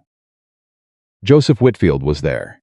Art Horton was there. Pete Halverson stood at the door of the building with his arms crossed, and the expression of a man who has decided he is not moving, which was very convincing. Elias got down from his horse and looked at all of them. He stood there for a moment. Clara came to stand beside him. "You ready?" she said quietly. He looked at the building. "I've been ready," he said. "I just forgot for a while." The board meeting was called at 9 o'clock by the chairman, a heavy-set man named Gerald Price, who had the practiced neutrality of someone who has learned to sit in the middle of things and call it fairness. Denning was already seated to the right, with his attorney beside him, a man from Billings, expensive clothes, the kind of careful face that comes from being paid to be unreadable. The room was fuller than Price had expected. Clara watched him register the crowd. Sadie Pruett in the front row, back straight, hands in her lap, 71 years of this valley in her face. The 4 women beside her, the men along the back wall. Price cleared his throat. "This meeting has been called to address." "We know what it was called to address," Sadie Pruett said. The room went still. Price blinked. "Mrs. Pruett, the board will." The board will hear what it was called to hear, Sadie said, not raising her voice, not adjusting her posture. And then it will hear us. In that order or reversed, I don't mind. But it will hear us. Price looked at Denning. Denning looked at Sadie with the careful, controlled attention of a man encountering something he had not fully accounted for. Clara watched his face. He had planned for Elias. He had planned for property owners filing objections. He had not, she suspected, planned for Sadie Pruitt in the front row. Men like Denning, she had observed, were very good at planning for what they could see and less good at planning for what they'd chosen not to look at. Price worked through the formal complaint first, Denning's attorney, presenting the case against Webb in the measured, procedural language of a man who has transformed a land grab into a governance question, making it sound like concern for proper county process rather than the removal of the only official who had documented what Denning had been doing. It was, Clara admitted to herself, very well done. Then Elias stood up. He didn't wait for Price to invite him. He stood, and the room looked at him, and he looked at the board, and he said, "My name is Elias Caldwell. I've ranched in this valley for 22 years. I built my property from 40 acres to 120 with my own hands, and my wife's and 2 hired men before my injury took that from me. I've paid taxes in this county every year I've been here. I've never been before this board for any reason until today." His voice was steady, not loud. The steadiness of it was the loudest thing in the room. "Harlan Denning purchased the outstanding loan on my property from a Billings bank in September without my knowledge. He then sent me a polite letter informing me that he intended to call the debt in full. When I began speaking with other property owners in this valley who had been approached in similar ways, he moved my deadline from 90 days to 30. And when Douglas Webb began compiling the documentation of those transaction documentation he had been gathering for two years as part of his legitimate duties as County Registrar, Denning filed a complaint to have Webb removed." He paused. "This board can decide that Douglas Webb exceeded his authority," Elias said. "That is within your power. But I would ask every member of this board to look around this room first and understand what removing him would mean to the people in it." Denning's attorney stood. "Mr. Chairman, this is not a forum for—" "Sit down," Sadie Pruitt said. She said it quietly. She said it the way a person says something when they are not asking. The attorney sat down. It surprised him. It surprised the room. It surprised Denning, whose face moved for the first time, and what moved across it was not anger. Anger Clara could have worked with, but the specific, cold recalculation of a man who has realized that the thing he was not looking at was the most important thing in the room. Clara stood. She had not planned to stand yet. Sadie had been right, it was going to come to her, and it was going to come to her now, before the board had a chance to settle back into Denning's framework. She stood, and the room looked at her, and she said, "My name is Clara Whitmore. My husband Thomas worked for Harlan Denning for 2 years and died in September owing a debt he could not read. Denning took our cabin, our furniture, and our winter stores. He did it legally. Every word of the contract was legal." She let that sit. "That is the point. Not that he broke the law, that he used the law the way a man uses a tool he's sharpened very carefully for a very specific purpose to take from people who cannot defend themselves from it." She held up the folder. "Douglas Webb has spent 2 years documenting 10 properties in this county that have transferred to Denning's name or associated names under circumstances that the State Land Office, not this board, not this county, the State Land Office should examine." She looked at Price directly. "I have written to the State Land Office. The letter went out yesterday. What this board decides today will be noted in that letter as additional context." The room was absolutely quiet. Denning looked at her. For the first time, he looked at her directly, not at the folder, not at Elias, not at the board. At her. And what was in his face was the thing Clara had been waiting to see, the thing she had known would come when the ground shifted far enough. Not anger, not contempt. Recognition. He recognized what she had done. She held his gaze without moving. Then she sat down. Price called a recess. During the recess, Denning's attorney crossed to the corner where Elias and Clara were standing, and he said, in the quiet, practical voice of a man doing arithmetic, "My client is prepared to discuss a restructured repayment arrangement on the Caldwell debt." Elias looked at him. "Your client called in my debt 2 days after he found out I was talking to my neighbors," Elias said. "Tell your client the restructured arrangement he should be thinking about is the one that involves returning the paper on all 4 properties to the original terms, before the state land office asks him about it directly."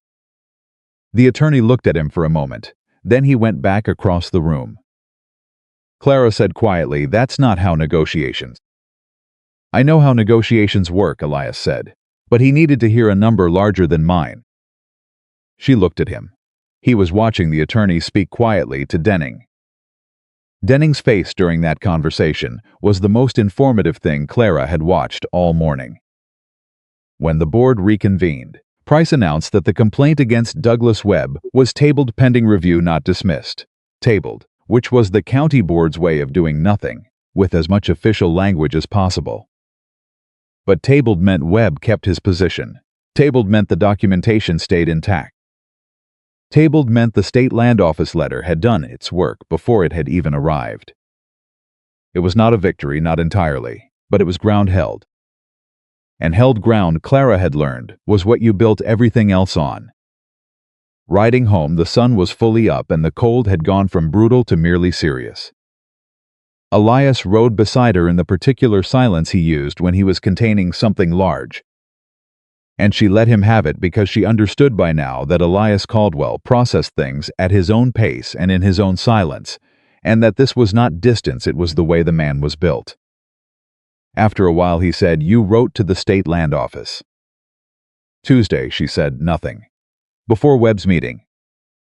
Before the complaint. Before any of this." She looked at the road. "I wrote the letter the day after I left Webb's offices, because I understood that whatever happened next, we needed something outside this county that Denning couldn't reach." He was very "Tell me," he said. "No," she said. "I didn't know if it would matter. I didn't want to give you something to hope for that might come to nothing."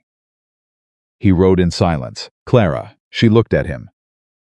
His face was not the open, raw thing it had been the day he told her about Anna.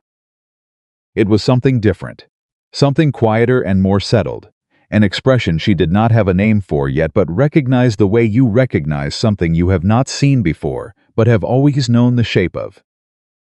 "You've been carrying this alone," he said. "The same way you told me not to." She opened her mouth, closed it. "Yes," she said, "I have." He said nothing for a moment. "Don't," he said simply. She looked at the road. Something in her chest, that carefully held distance she had maintained from everything since Thomas died, from hope, from permanence, from the idea that something could be hers to stay in rather than move through, cracked. Not dramatically, not all at once, just a clean, quiet fracture along a line that had been under pressure for a long time. She did not cry. She had done all her crying on a road in November. But something released. She rode the rest of the way home with her shoulders a fraction lower than they had been all week, and the ranch came into view with May already at the gate, how she always knew. Clara had never understood, and Samuel on the fence beside her. Having climbed it without permission and stood on the second rail with both arms stretched toward the approaching horses. Elias reined his horse in. He looked at the 2 children at the gate. He looked at Clara. He said, "We'll get the full debt settled. It'll take time. But Halverson and Arden and Horton are in, and with the state land office involved, Denning's going to be too busy protecting what he already has to push harder on what he doesn't." "Yes," Clara said, "the spring calf crop if it comes in well." "It'll come in well," she said. He looked at her. "How do you know?" he said. "Because I've been managing your cattle for 2 months, and I know which ones are bred right," she said. "And because we need it to." He held her gaze. "We need it to," he repeated. That word again. "Quiet," she said. "We—" Samuel fell off the fence. He landed in the snow on the other side with a sound that was outraged rather than injured, and May said something brisk, an older sister, and the spell, if it was a spell, And Clara wasn't ready to call it that yet broke into the ordinary business of dismounting and opening the gate and collecting a snow-covered 4-year-old who was insisting, with great conviction, that he had meant to do that. Elias picked Samuel up with one arm, efficiently and without comment, and set him on his feet. Samuel looked up at him. "Did Samuel said. Elias looked down at him. "We held our ground," he said. Samuel considered this with great seriousness. "Is that winning?" he said. Elias looked at Clara over the boy's head. Clara looked back. "It's the start of it," Elias said. The letter from the state land office arrived on a Tuesday in February, 6 weeks after Clara had sent hers. It came in an envelope with a state seal that Elias had never seen on anything addressed to him before, and it arrived at the county postal office rather than the ranch, which meant Douglas Webb received word of it before Elias did. Because Webb had been watching for it with the focused attention of a man who has been waiting for a particular thing to happen and has checked daily without complaint. Webb wrote out himself. That was the first sign that the letter was significant. Webb was not a man who rode anywhere unnecessarily in February. Elias saw him coming up the road from the barn and felt something shift in his chest, not hope exactly. He had been careful with hope. They had all been careful with hope through 6 weeks of waiting. And Denning's continued silence, which was the loudest kind of silence a man like Denning produced, but something adjacent to certainty, the feeling of a thing arriving that has been traveling toward you for a long time. Clara came out of the cabin when she heard the horse. She read Webb's face before his horse had stopped. She pressed her hand flat against the cabin doorframe. Webb got down. He held out the envelope. "State Land Office is opening a formal inquiry," he said. "All 10 properties, including the 4 here." He looked at Elias. "They've flagged 3 transactions, specifically 2, on properties Denning acquired 5 years ago, and the one I objected and resubmitted 18 months back. They want the originals, they want testimony." He paused. "They want it in Helena." March. Elias said nothing. Clara said, "All 4 of us, the property owners?" "All 4, Webb said, "and me. And anyone else with relevant documentation." He looked at her. "Your letter was the opening of the case, Mrs. Whitmore. Your testimony is going to be the center of it." Clara stood in the cabin doorway with the cold coming at her back and looked at Douglas Webb. "Helena," she said. "March 15th, Webb said. She looked at Elias. He was already looking at her. Neither of them spoke for a moment. And the communication that passed between them in that moment was the kind that doesn't require words, the kind that builds up over months of shared meals and shared silence and shared work until it becomes its own language, fluent and fast. "We'll be there," Elias said. He was not looking at Webb when he said it. The news moved through the valley, the way news always moved faster than any horse, through the particular network that Clara had come to understand as the valley's true circulatory system, which ran through kitchens and barnyards and the spaces between women, doing the same tasks near enough to talk. By Wednesday, Art Horton had sent word that he and Ruth were in. By Thursday, Sadie Pruitt had already arranged for her neighbor's daughter to manage her animals for the week of the 15th. Joseph Whitfield, who had finally gone back to his brother's property after the board meeting, sent a letter that arrived in Frank Arden's hand, delivered personally, that said only, "Tell me when and where, and I will be there."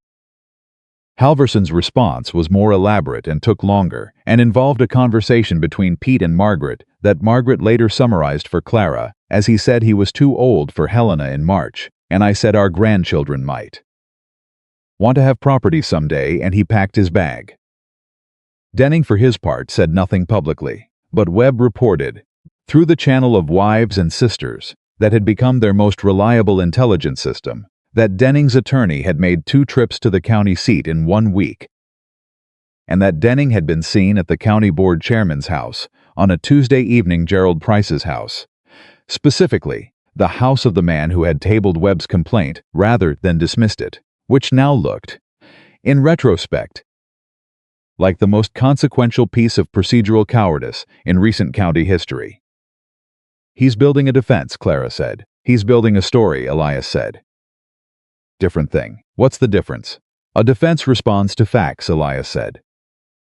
A story replaces them. She looked at him. He's going to tell the state inquiry that we're coordinated complainants with a grievance rather than a legitimate legal case, she said slowly.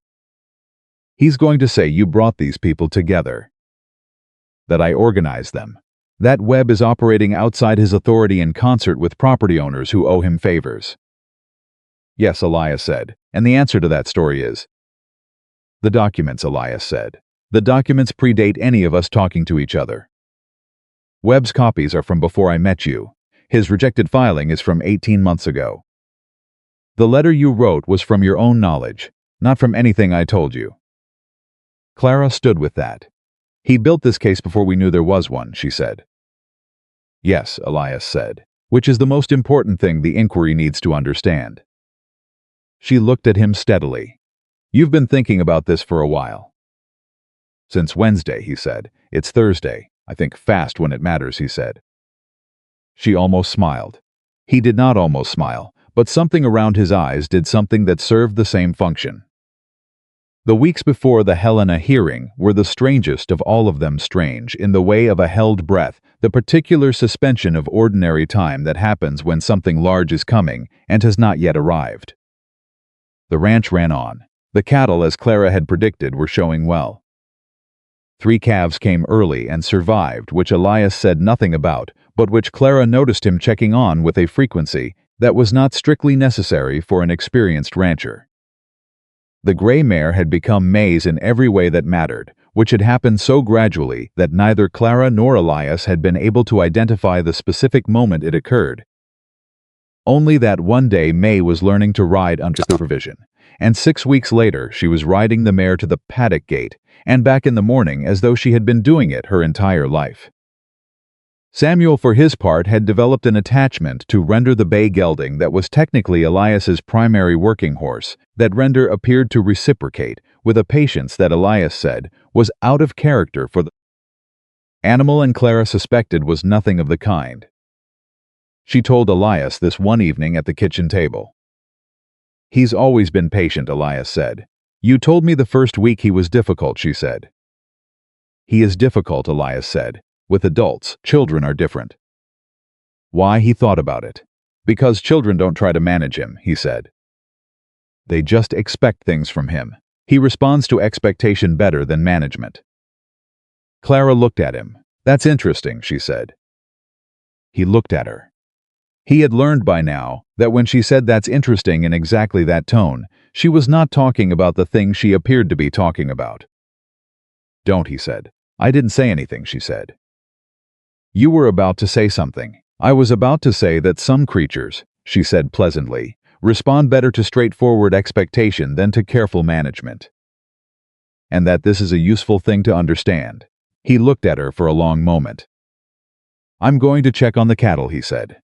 She poured herself more coffee. Of course you are, she said. She was smiling when he went out.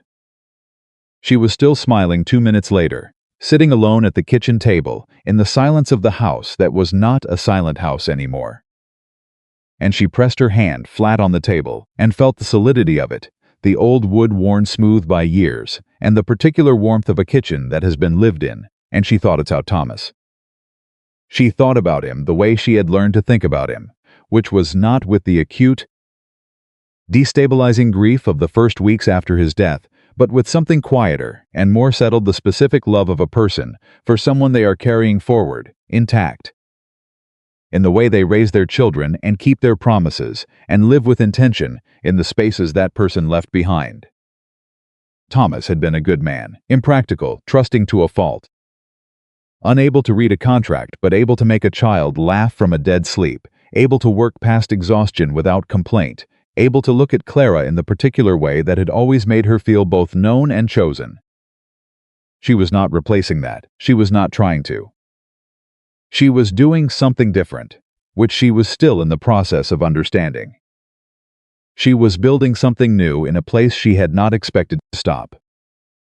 She sat with that for a while. Then she washed her cup, banked the stove, and went to check on her children. Helena in March was a different world from the valley, larger, louder, more official, the particular density of a place where decisions get made about places that are not there. They arrived the evening of the 14th. Elias, Clara, Webb, Art and Ruth Horton, Pete Halverson, Frank Arden, Joseph Whitfield, Sadie Pruitt, and took rooms at a boarding house that Sadie had apparently stayed at before. Because the proprietor greeted her by name and did not charge her the standard rate. Clara and Elias had the rooms at opposite ends of the upper floor, which was appropriate and which Clara had arranged and which nevertheless felt. As she stood in her room that night, listening to the building settle and the street sounds of a city larger than anything she'd been in since before Thomas, like a very large distance for a very small space. She heard Elias's door across the hall. She heard him walk to his window. She did not knock. She sat on the edge of her bed and thought about tomorrow and what she was going to say and the exact order of the words and the particular that would make the inquiry panel understand that she was not a grieving widow with a personal complaint, but a woman with evidence and clarity and the specific kind of certainty that comes from having lived inside the fact of a thing rather than merely observed it. She was still sitting there at midnight when she heard a quiet knock at her door. She opened it. Elias was standing in the hallway in his coat, which meant he had not yet sat down for the evening. "Can't sleep," he said. "No," she said. He looked at her. She looked at him. "Come in," she said. "I'll make tea if this room has a stove." It did not have a stove, but it had a small brazier that she got going while Elias sat in the room's one chair and looked at his hands, and she sat on the edge of the bed because there was nowhere else to sit, and the domesticity of it, 2 people in a small room. One making tea on a brazier, one looking at his hands, was so completely ordinary, and so completely not that Clara felt the whole weight of it settle on her at once. "I'm going to tell them about Anna," Elias said. She looked at him. "Not because you told me to," he said. "Because I've been thinking about it and I understand why now. Not for the board, for myself." He looked at his hands. "I've been carrying her like a secret, like if I said her name out loud to the wrong person it would diminish her. But keeping her secret didn't protect her. It just..." He stopped. "Kept her sealed away," Clara said. "Yes," he said. She handed him the tea, which was more hot water than tea but was warm, and sat back down. "She was 26 when she died," Elias said. "She had been on that ranch for 2 years. She was still learning it. She used to say the land had more opinions than most people, and she respected that." He paused. Daniel was learning to say horse. He couldn't get the H right. It came out orse. He called render orse for 2 months. Clara sat very still. "He would have been 15 this year," Elias said. The room was quiet. "Tell them that," Clara said. "Tell them about the ranch she was learning. Tell them about Daniel and the horse. Not because it's strategy. Because it's true, and the truth of it is the truth of what that land means, and why you stayed and why you fought, instead of walking away when the fight got hard." Elias looked at her. "Why did I stay?" he said. It was a real question. The kind he was asking himself rather than her, using her as the surface to think against. "Because it was theirs," Clara said, "and walking away from it would have been a second death. And you are not a man who abandons the people he loves, even when they're gone." He was very still. "I'm not." He looked at the tea in his hands. "Clara," he said. She waited. He looked up at her. "I need you to know something," he said, "before tomorrow. In case tomorrow goes wrong and I don't..." He stopped. Started again. "I need you to know that what you've done for that ranch, what you've done for me, is not something I have words for. I've been looking for the words since November, and I don't have them." "You don't need words," she said. "I do," he said. "I've been a man of silence too long. The silence served me when I needed it. It doesn't serve me now." He met her eyes. "You came to my gate with 2 children and a horse that was done for and a wagon with a cracked wheel, and you told me the truth about what I was in about 30 seconds. You've been telling me the truth since then. I need to tell you one back." She didn't move. "I am not the man I was when you arrived," he said. "I am better than that man, not because of time, not because of the work, not because of the fight with Denning. Because of you." He paused. "Because you expected things from me the way Samuel expects things from Render. Without management, without apology. You just looked at what I was capable of and assumed I'd do it." Clara's hands were in her lap. Her hands were not entirely steady. "That is the kindest thing anyone has said to me in a long time," she said. "It's true," he said, "which is why I said it." She looked at him. "The spring," she said. "After this is settled, after Denning is dealt with and the debt is structured and the calves are weaned." She paused. "I want to stay," he looked at her. "Not as a worker," she said. "As whatever this is, whatever it's been becoming." She kept her voice steady. "I want to stay on that land with my children, and I want to build something there. And I want to do it alongside you." That stopped. "Yes," he said. She blinked. "That was fast," she said. "I've been thinking about it since December," he said. She looked at him. "December," she said. "When May told me her rabbit's name," he said. "I realized I knew the names of your children's toys. And I realized I wanted to keep knowing them." The room was very quiet.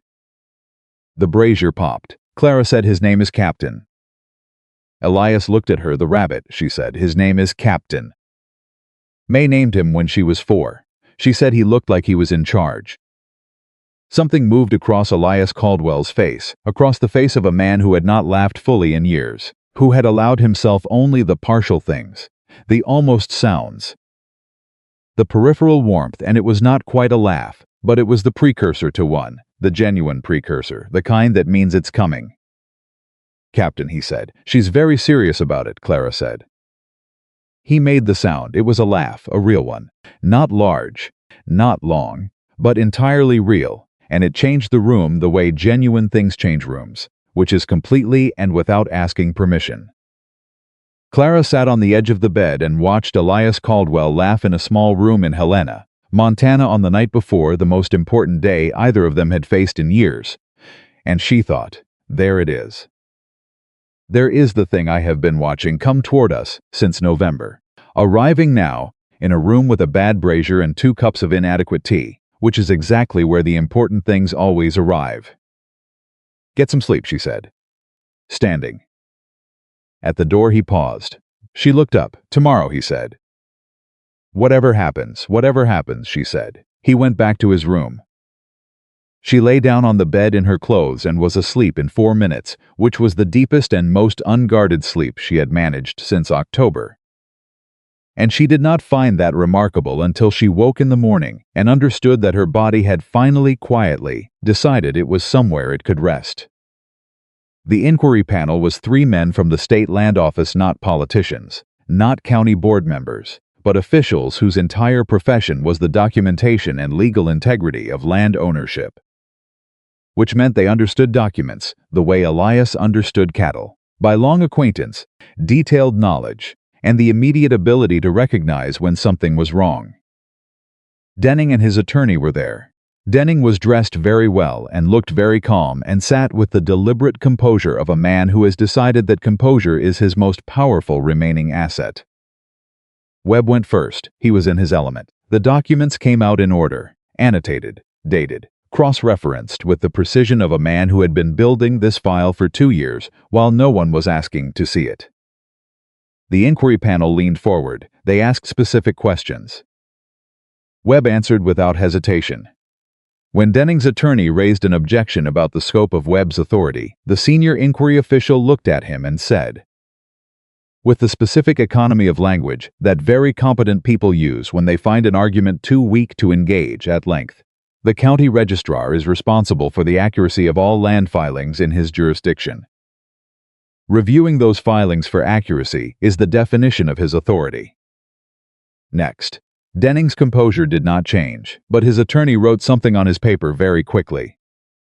The property owners went next, one at a time. Art Horton, Frank Arden, Joseph Whitfield, speaking for his brother. Each of them said what they knew in the plain, unadorned language of people who work with their hands and have learned to say exactly what they mean, because imprecision on a ranch costs you. Sadie Pruitt was last of the property owners. She was 71 years old, and she sat in front of the inquiry panel, and she said, "I came to this valley before the railroad. I built 40 acres into something that my hands are in every inch of. And Harlan Denning has been circling it for 20 years like a man waiting for the owner to die." She paused.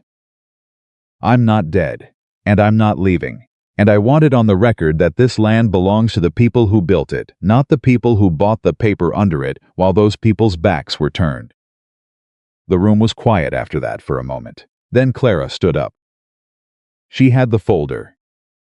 She had the contract Thomas had signed, the one she'd kept in oilskin through November and through the winter and through everything, because she had known, even in the worst of it, that it was the most important piece of paper she owned. She said Thomas's name. She said it clearly, the first time she had said it in a formal setting, and saying it here in this room, for this purpose felt like the right use of it, the thing he deserved. His name on the record of the reason this all happened, and the reason it was going to be addressed. She went through the contract. She went through the wages, and the debt and the cabin and the winter stores. She spoke plainly, and she did not cry, and she did not soften any of it, because Thomas deserved the plain truth in a formal place, not a softened version. Then she looked at the panel. This contract was designed to be unreadable, she said. Not illegally, not by any law that existed, but intentionally. Every clause that transferred significant rights to Mr. Denning was placed in language that a man with limited reading education could not parse. My husband signed it in good faith. He worked for 2 years in good faith. He died in good faith, she paused, and the law as it stood allowed all of it. I am not here to argue that Harlan Denning broke a law. I am here to ask you to look at what a man can do within the law and understand that what is legal and what is right are sometimes not the same thing, and that the people in this room have been on the wrong side of that distance for long enough. Then Elias stood. He stood and the room looked at him, this large, quiet, still damaged man who had spent 11 years telling himself that solitude was a choice rather than a sentence, and he said, "My wife's name was Anna. She was 26 years old, and she had been working the Caldwell ranch for 2 years, and she was still learning it. She used to say the land had more opinions than most people." He paused. "My son's name was Daniel. He was learning to talk. He called the horse because he couldn't get the H right." Another pause. "I stayed on that land after they died because it was theirs. I stayed when it fell apart around me, because walking away would have meant they were gone twice. I stayed when the debt became something I couldn't manage alone, because I am a man who does not ask for help." And that, he looked briefly at Clara. "That is something I have been corrected on." He looked back at the panel. "Harlan Denning bought the debt on my land in September and moved my deadline from 90 days to 30 days the moment he discovered I was talking to my neighbors. Not because I had defaulted, not because I had violated any term. Because I had stopped being alone, he let that settle. That is the sum of what Harlan Denning cannot tolerate. Not debt, not legal irregularity. The fact that the people he has been collecting, one at a time, in the silence where they couldn't see each other, had started talking." The panel was very quiet. Denning's attorney stood. He said 3 sentences about the validity of private loan acquisition and the legal right of a creditor to accelerate a debt under terms agreed upon by both parties. The senior inquiry official listened. Then he said, "We've reviewed the terms. The acceleration clause in the Caldwell loan agreement requires evidence of material change in circumstances. The change cited by Mr. Denning's counsel was that Mr. Caldwell had entered into a working arrangement with a woman and her children, which Denning characterized as a change in the management of the property." He looked at Denning's attorney. "That is not a material change in circumstances under Montana property law. It is a personal judgment about who should be living on a man's land. Those are different things. The acceleration was improper." Denning's composure cracked, not dramatically, not in the way of a man falling apart. In the smaller, more specific way of a man who has just heard something he had been told by his attorney would not be said, and who is recalculating very rapidly what the next hour looks like. His attorney leaned toward him. Denning straightened his coat.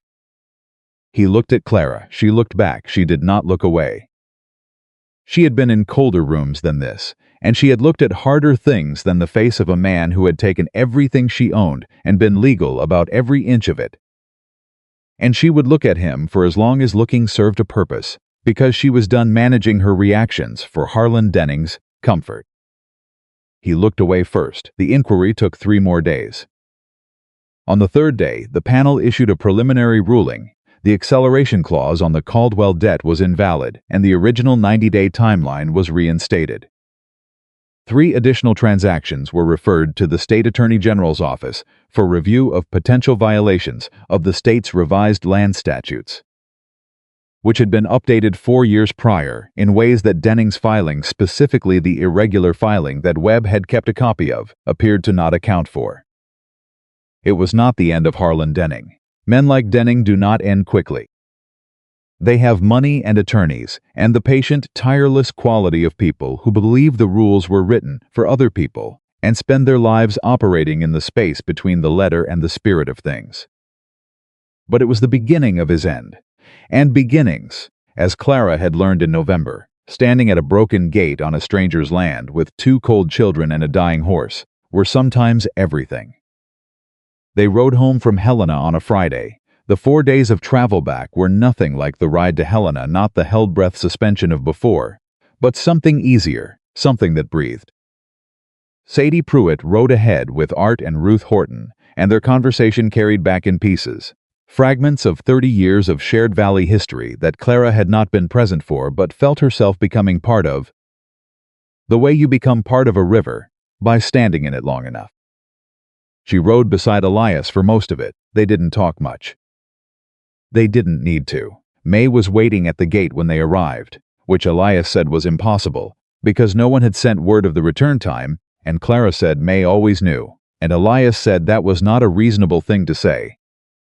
And Clara said she had never claimed it was reasonable, only true. Samuel was not at the gate, because Samuel was asleep in the cabin at 3 in the afternoon, which Margaret Halverson, who had stayed to watch the children, reported with the affectionate exasperation of a woman who has just spent 4 days with a 4-year-old and is both fond of and ready to return him. May looked at her mother. She looked at Elias.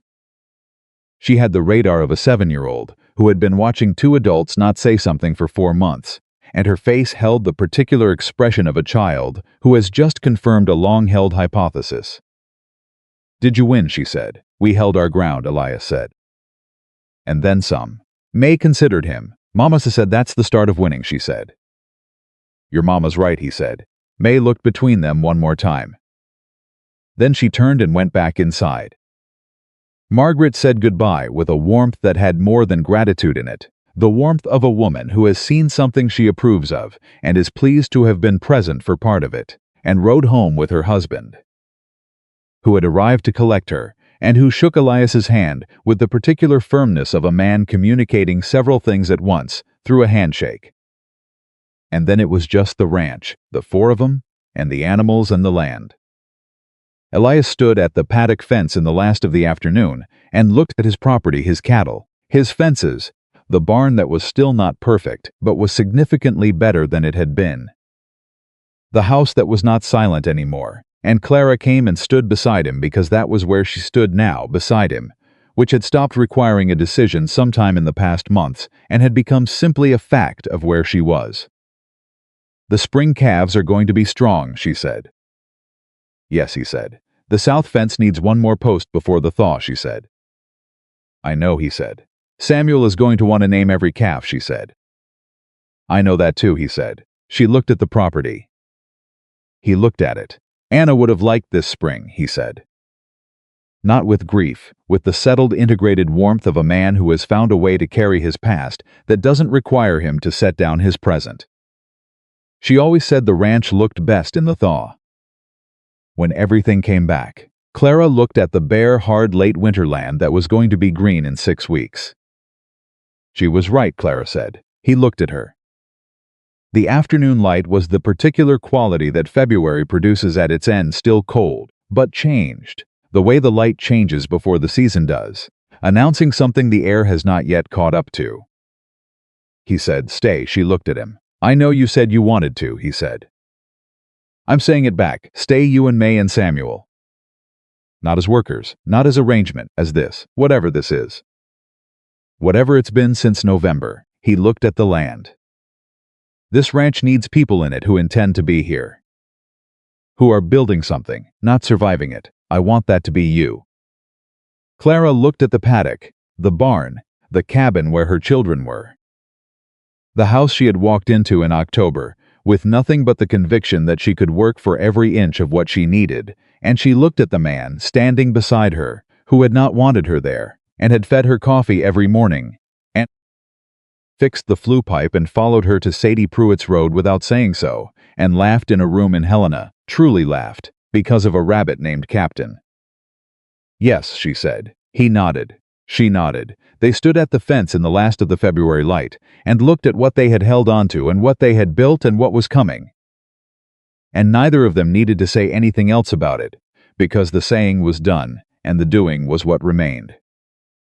Inside the cabin, Samuel woke from his nap and immediately began asking for Elias by name in the particular insistent fashion of a 4-year-old, who has decided someone is necessary and sees no reason to be subtle about it.